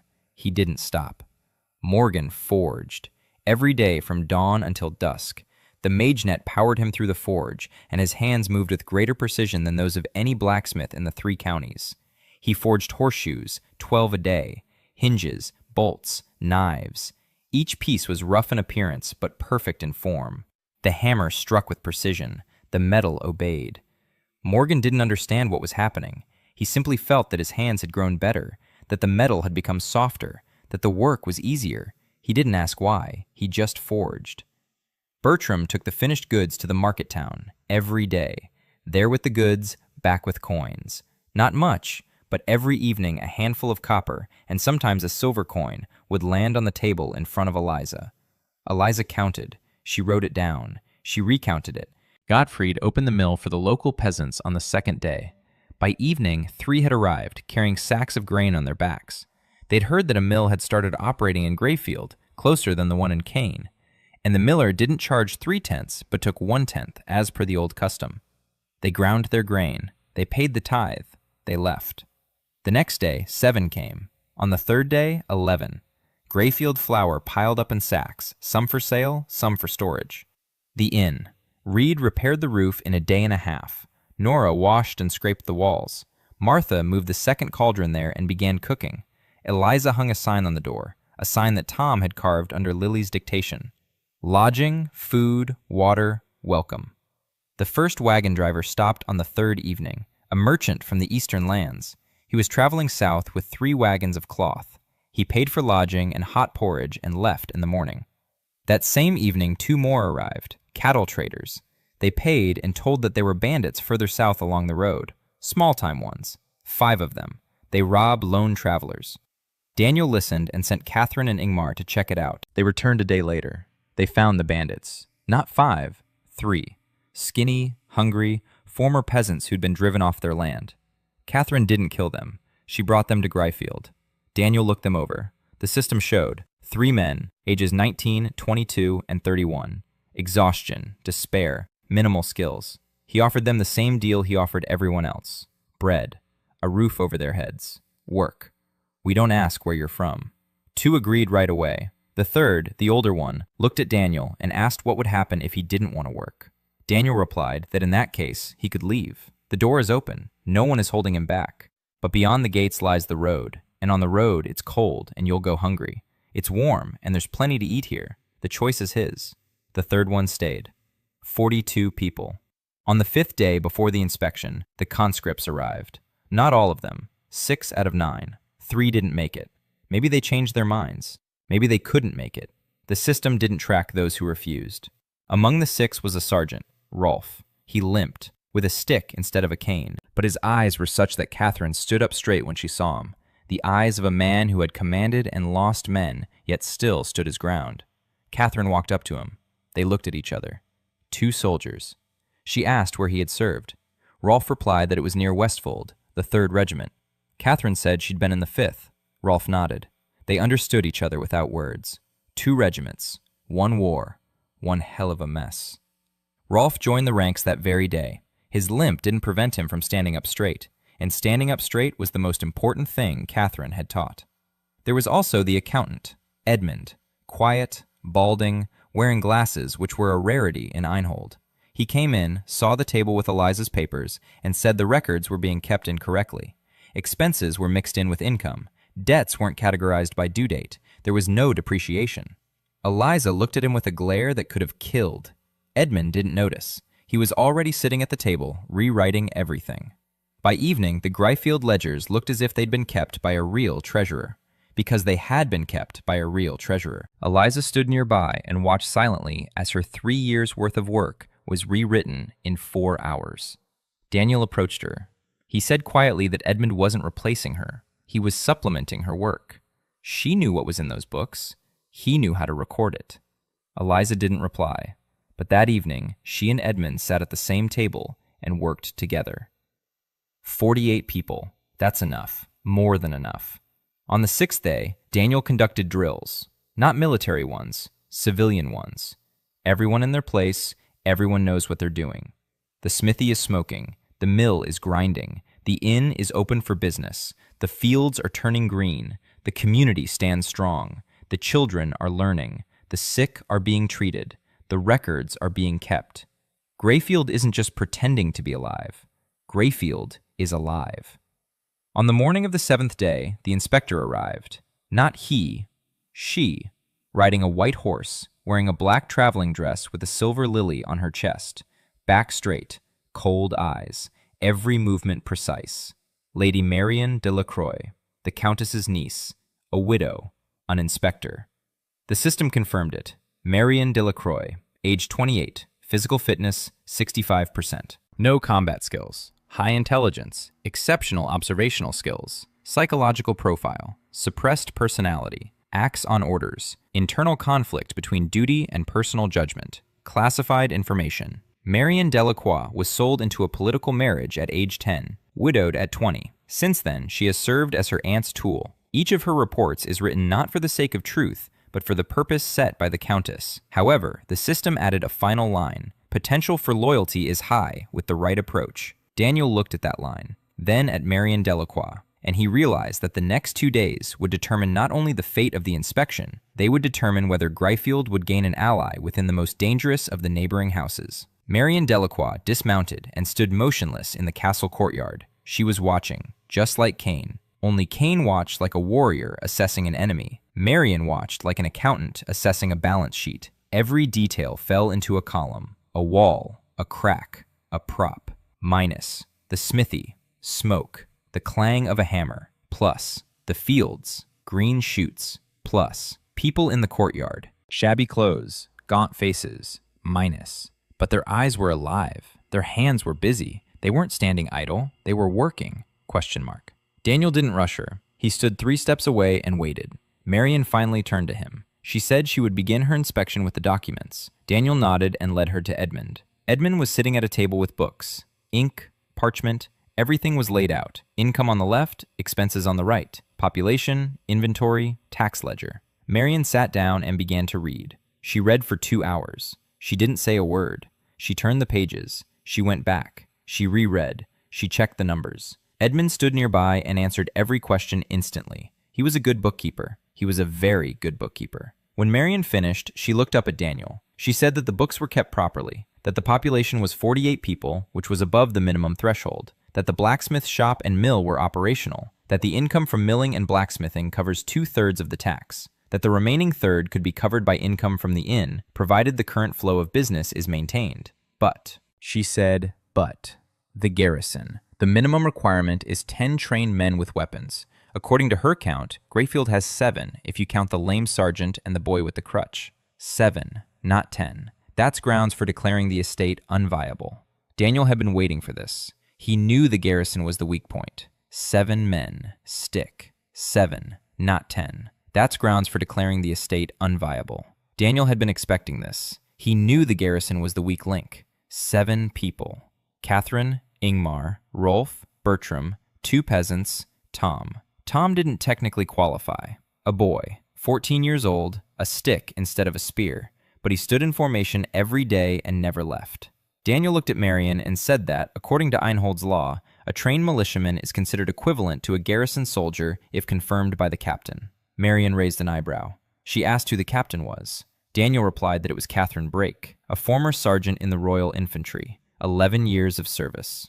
Marion asked him to send for her. Catherine entered. She stood up straight. She introduced herself. Her voice was steady. Her gaze was direct. Not a trace of fluster. Marion looked at her, and for the first time in all that time, something in her expression changed. It didn't soften, but it shifted, as if she had seen something genuine amid the pretense.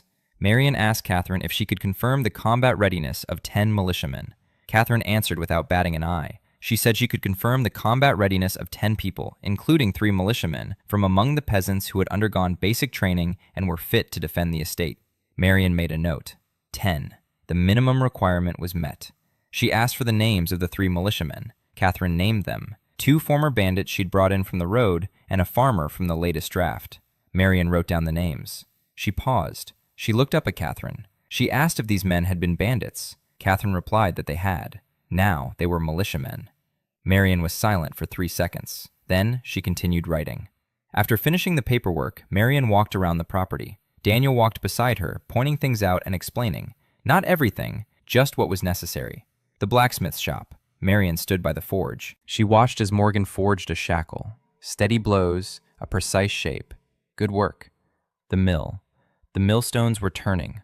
Flour was pouring out. Gottfried explained how it worked, with a craftsman's pride. Marion listened. The fields, sprouting oats, green, even. She bent down and touched the ground, just as Cain used to do. The infirmary. Sonmi stood in the middle of the room and explained, "Here is where patients are examined. Here is where they are treated. Here is where herbs are stored. Clean, organized." Marian looked at the shelves with ointments, at the bandages cut to uniform widths, at the jug of clean water. She said nothing, but lingered there 3 seconds longer than in the other places. The inn. Martha was cooking. The smell of hot porridge and bread was so strong that, for the first time all day, Marian took a deep breath, not for the examination, for herself. Then Daniel showed her the school. Not the school, the room where Lily was teaching Tom how to draw blueprints. 2 tables, paper, charcoal. A drawing of a water tower was pinned to the wall. Lily was explaining to Tom what a buttress was. Tom didn't understand. Lily was annoyed. Then she explained it again. Marian stood in the doorway and watched. For a long time. A minute, 2. Daniel said nothing. He didn't explain why the school. He waited. Marian came out. They stood in the courtyard. It was getting dark. The sun was setting behind the western hill. Marian turned to him and said that the estate met the minimum requirements. She would write a report. Gryfield would retain its status as a barony. Daniel nodded. He thanked her. Marian didn't reply. She stood there, watching the sunset. Then she said quietly that in her 12 years of service, she had seen 40 estates. Not a single one had a school. Daniel replied that a school isn't a luxury. A school is the foundation. Without it, everything else is just temporary structures. Marian looked at him, a long, strange look. Then she asked if she could stay one more day. She had questions, personal ones, not for the report. Daniel said that no one was turned away in Greyfield. Marian stayed. The next day, she didn't make her rounds. She walked. She just walked around the village. She talked to people. With Martha, with Gwen, with Nora, who was sewing a second flag because the first one had faded in the sun. With Anna Lee, who was singing by the stream. In the evening, she went to see Daniel. She sat down across from him, and she asked why he was doing this. Not how, why. He could have sold the land to Kane and lived in peace. He could have accepted Delacroix's guardianship and become a vassal. He could have left. Why was he building? Daniel thought for 10 seconds. Then he answered. He said he was building because he knew how, and because there were people here who had nowhere to live, and because a place that stands on its own, not because one man holds it together, but because it's properly built, is the only thing worth building. Marian was silent. Then she said one sentence. She said someone would build a place like that for her. Daniel replied quietly. He asked what she herself liked. Not Delacroix. Her. Marian didn't answer. She stood up and left. In the morning, she left. She wrote a report in favor of Gryfield. A week later, Daniel received a small, unsigned package via a trade caravan. Inside was a parchment. Drawn on it was a plan, a postal service connecting the estates, routes, schedules, and costs. Everything had been calculated. The handwriting was even and precise. The handwriting of a man who, for the first time in a long while, had done something for himself. Inspector Marion Delacroix conducted an audit of Gryfield and deemed the barony viable. The documents prepared by Edmund stood up to scrutiny. Catherine confirmed the garrison of 10 men. Marion saw the school and, for the first time, began to doubt that G. Greyfield was merely a target for absorption. She left, but sent an anonymous proposal for a postal service. This marked the beginning of an alliance with someone inside the Delacroix household. 2 months after the inspection, Greyfield was growing. Not quickly, steadily, like grass growing through stone. The population surpassed 60, then 80, then 100. People came, not in a flood, 1 by 1, 2 by 2, in families. Word spread across 3 counties. There's a place, small, poor, but they feed you there. They don't beat you there. There, they ask what you can do, not who your father is. Daniel was building a barracks, the 3rd building in the MAG network. The alignment was completed on the 45th day, progress 3 of 7. The soldiers in the barracks became more resilient. Catherine was the first to notice. She said people could run longer and got tired more slowly. She didn't know why. Daniel knew. The granary, the 4th building. Day 52, progress 4 of 7. Supplies lasted longer. The grain didn't get damp. The meat didn't spoil. Martha said it was the best granary she'd ever worked in. That's because Daniel had designed it with ventilation. Air entered from below through grates, passed through the storage area, and exited at the top through vents under the roof. Simple physics. But in E-Inhold, it looked like magic. The infirmary, the 5th building, a real one, Not a room in the castle, but a separate building next to the well. Sanmi designed it together with Daniel. 3 rooms: admissions, treatment, isolation for the contagious. Running water inside via a system of clay pipes from the water tower that Lily had designed and Morgan had built. Lily's water tower. It stood on the southern slope. A wide base, a tapering shaft, buttresses, knees as she called them. 4 directions for the water to flow. The castle, the village, the fields, the infirmary. When the water began flowing through the pipes into the infirmary, Sanmi stood in the middle of the room and held her hands under the stream. Clean, cold, gushing inside the building. Her father had dreamed of this. She didn't cry. But Anna Lee, standing next to her, began to sing, more softly than usual, as if the song had become a lullaby. The day the infirmary was connected, 61st, progress 5 of 7. Treatment within the infirmary's radius had doubled in speed. Anna Lee stopped singing softly. She sang at the top of her lungs, and her voice carried throughout Grayfield, and people said that after she sang, headaches went away, scrapes healed faster, and children stopped coughing at night. The watchtower, the 6th building. Daniel had it built on the eastern hill, the highest point in the area. From there, one could see 3 hours' journey in every direction. Reed built the wooden frame. Morgan clad it in stone. Lily designed the spiral staircase inside. 120 steps, each one carved from a single block of stone. Catherine stationed sentries, 2 at the top, day and night, an anchor point for the mag grid. Day 70, progress 6 out of 7. The view from the tower became clearer. The sentries reported that they could see farther than before. They could make out the faces of horsemen at a distance, where before they'd been nothing but blurs. The mage network was enhancing their vision. 6 out of 7. The chapel remained. Daniel wasn't in a hurry with it. A chapel isn't just a building.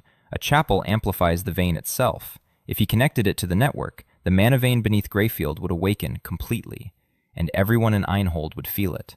Not in a week, immediately. He waited. But the world didn't wait. On the 75th day, Anna Lee arrived. She stood before him in silence. Then she spoke. She told him everything. The Order of the Grey Circle, the Order of Ash, the mana vein beneath Grayfield, the oldest on the continent. The Order wants to free it. To do that, they must destroy everything above it. The castle, the village, the people. Everything. The former barons of Grayfield were the guardians of the vein. They knew. Each generation passed the knowledge on to the next. Live quietly. Don't build anything unnecessary. Don't draw attention. Keep the vein dormant. The Order wiped them out over 3 generations. Methodically, quietly, without wars, through ruin, through disease, through accidents, through neighbors they pitted against one another, until the last baron died of starvation in a cold tower, and the vein was left without a master. Annalie said she fled the Order because she didn't want to be part of what was to come. The Order waited until the land laid itself bare, until the earth lay empty. And then Daniel came, and he began to build. And instead of being laid bare, the living began to awaken differently. Not wildly, not destructively. It was awakening inside buildings, inside the network. It became part of what Daniel had built. And that was what the Order feared most of all. Not the sleeping life force, not the wild life force, but the life force embedded in a human settlement, sealed not by emptiness and silence, but by care, stone, and bread. Annalie said that the Order knew, that they would come, that she had no right to ask for protection because she was part of those who had destroyed his family. She fell silent. Daniel listened to all this, sitting at the table without moving. When she finished, he was silent for a long time, a minute, 2. Then he stood up. He went out. He walked across the courtyard, past the smithy, past the mill, past the infirmary where Sanmi was bandaging the boy who'd fallen down the stairs, past the barracks where Catherine was practicing moves with Rolf, past the granary where Martha was counting sacks, past the school where Lily was explaining to Tom how to calculate the pitch of a roof. He reached the hill east of the castle, empty, quiet. From here he could see everything, all of Grayfield, 160 people below, everything he had built in 2.5 months. He stood and looked. Beneath his feet the lifeline hummed quietly, ancient, vast. It sensed him. He sensed it. He returned to the castle. He approached Annalie, who was standing in the same spot where he'd left her. He told her one thing. He said there would be a chapel on this hill, and that he would build it for her, so she could pray as she saw fit. Annalie looked up at him, and she began to cry, for the first time ever. The whole of Grayfield built the chapel. Morgan laid the stones, Reed set the rafters, Lily designed the shape. Not a square, nor a rectangle, an octagon, 8 walls, 8 windows, each facing a different direction of light. The light inside changes throughout the day. In the morning, golden from the east. At noon, white from above. In the evening, red from the west. At night, moonlight from all around. Daniel checked the calculations. The structure was complex. Octagonal masonry requires precise angles, and every stone had to fit perfectly. Morgan said he could handle it, and he did. The chapel stood on the eastern hill, small, white with limestone. The wooden roof was pointed, like hands clasped in prayer. Inside was a single hall, a stone floor, a stone altar, 8 windows, and a silence that was not emptiness, but a presence. Annalie entered first. She stood before the altar, and she began to sing. At the top of her lungs, without words, just sound, pure and deep like the water from the well Daniel had dug during the first week. The system flashed. The chapel building is connected to the mag network. Progress, 7 of 7. Mag network complete. Lord's node activation. Daniel felt it with his whole body. Not a tremor, not a jolt, a flow, from the bottom up. From the ground, through his legs, through his spine, through his chest, into his head. A nerve had awakened. Not wildly, not destructive. It had awakened within what he had built. The forge, the mill, the barracks, the granary, the infirmary, the watchtower, the chapel. 7 buildings, 7 points, 1 network. And at the center of the network is he, Daniel Greifeld, the node, the engineer, the night mage. The system indicated, night mage, status, active. Power is proportional to the state of the domain. Current state of control, population 160, food security 78%, defense capability 45%, mage network 7 out of 7, overall viability 72%. He stood on a hill next to the chapel and could sense everything, every person in Greyfield. Morgan by the horn, Gottfried at the millstones, Catherine on the wall, Sanmi in the infirmary, Lily working on her blueprints, Martha in the kitchen, Alfred with his secret list of strange words, Eliza with her books, Nora with a needle in her hands, Rolf with his limp and straight back, Tom with a piece of coal behind his ear, Edmund in his glasses, poring over columns of numbers. 160 people. He could feel them all. Not as a resource, not as subjects, as people. Every single one.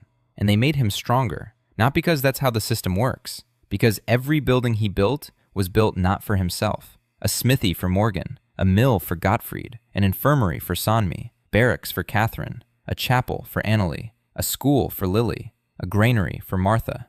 Every stone in Greyfield is a gift to a specific person, disguised as infrastructure. And the Mage Network fed on that. Not on stone, on intention, on care, on what the engineer from San Francisco called designing for a specific user.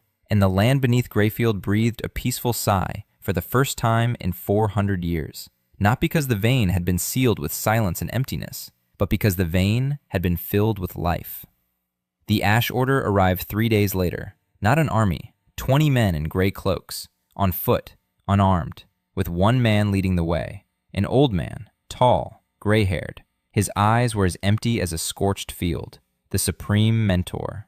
Daniel went out to meet them beyond the gate, alone, unarmed, without armor. He could have put on his armor. The system suggested it. A mage knight with the strength of 160 men behind him. He could have crushed them. He didn't. The old man stopped 10 paces away. He looked at the castle, at the flag, at the walls, at the smoke rising from the chimneys, at the fields beyond the village. He said that the vein belonged to the earth, not to people. That Daniel was repeating the mistake of his predecessor, that first random stranger who, 400 years ago, sat on the vein and sealed it. Only that man sealed it with silence, and Daniel sealed it with vanity. Both are acts of violence against that which should be free. Daniel listened. Then he replied. He said that the vein was not sealed. The vein lives. It flows through the smithy and strengthens the blacksmith, through the mill and feeds the people, through the infirmary and heals the sick, through the chapel and sings with Annalie's voice. The vein is not locked away. The vein is at work, Just as a river is at work when a mill stands upon it, the river does not cease to be a river. It becomes a river that nourishes. The old man was silent. Daniel continued. He said he knew what the order had done to the Greyfields. 3 generations destroyed, methodically, quietly, for the sake of empty land above an empty vein. And what was the result? The vein was not freed. It was dying. Without people above, it was being buried deeper and deeper. Another 10 years, and it would have gone so deep that no order could have reached it. The order killed the guardians for a goal that was self-destructive. The old man stood and listened. His expression didn't change, but his hands trembled. Daniel spoke his final words. He said that Greyfield was open. Anyone who wanted to could enter, to live, to work, to feel the vein. Not as a master, not as a slave, as a neighbor. The vein beneath Greyfield belongs neither to people nor to the order. It belongs to itself. And he, Daniel, is simply building a house over it, a house with enough room for everyone. The old man looked at him for a long time, a very long time. Then he turned and walked away. 20 gray cloaks dissolved into the morning mist. They didn't accept his words, but they left. Without blood, without fire. They left. Daniel stood and watched them go. Catherine stood on the wall with a bow, an arrow nocked. She didn't lower it until the last gray cloak had disappeared behind the hill. Then she exhaled. Daniel returned to the castle. He walked across the courtyard, past people who were staring at him, unable to comprehend what had just happened. He climbed up onto the wall. He stood there and looked out over Greyfield. It was a clear morning. The sun was rising over the fields. The oats stood waist-high, golden, ready for harvest. The first harvest. A hammer clanged in the smithy. Morgan was forging. The steady hum of the millstones drifted from the mill. Sonmi's voice could be heard from the infirmary. From the school came Lily's voice, arguing with Tom's. From the barracks came Rolf's commands and the clatter of marching boots. The smell of bread wafted from the kitchen. Annalie's singing came from the chapel on the hill. Eliza walked up to him. She stood beside him. She was silent. Then she said quietly that she didn't remember what Greyfield had been like before him. Daniel pulled a parchment from behind his belt. It was old and worn, that very first sketch he'd drawn by candlelight on his first night there.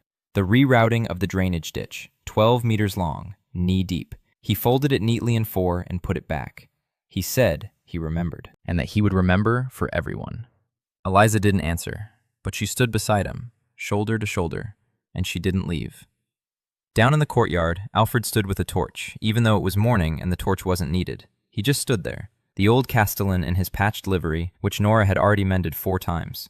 He held his secret list in his hands, 237 words. Drain, buttress, logistics, throughput, ergonomics, protocol, depreciation, hydrostatic pressure. 237 words from another world that he had been writing down every evening for 3 months. He didn't know what most of them meant, but he knew one thing. The man who spoke these words had saved Greyfield, and Alfred Lowe, castellan of Greyfield Castle for 31 years, closed the list. He wrote down the last word. Home. That was the word he understood.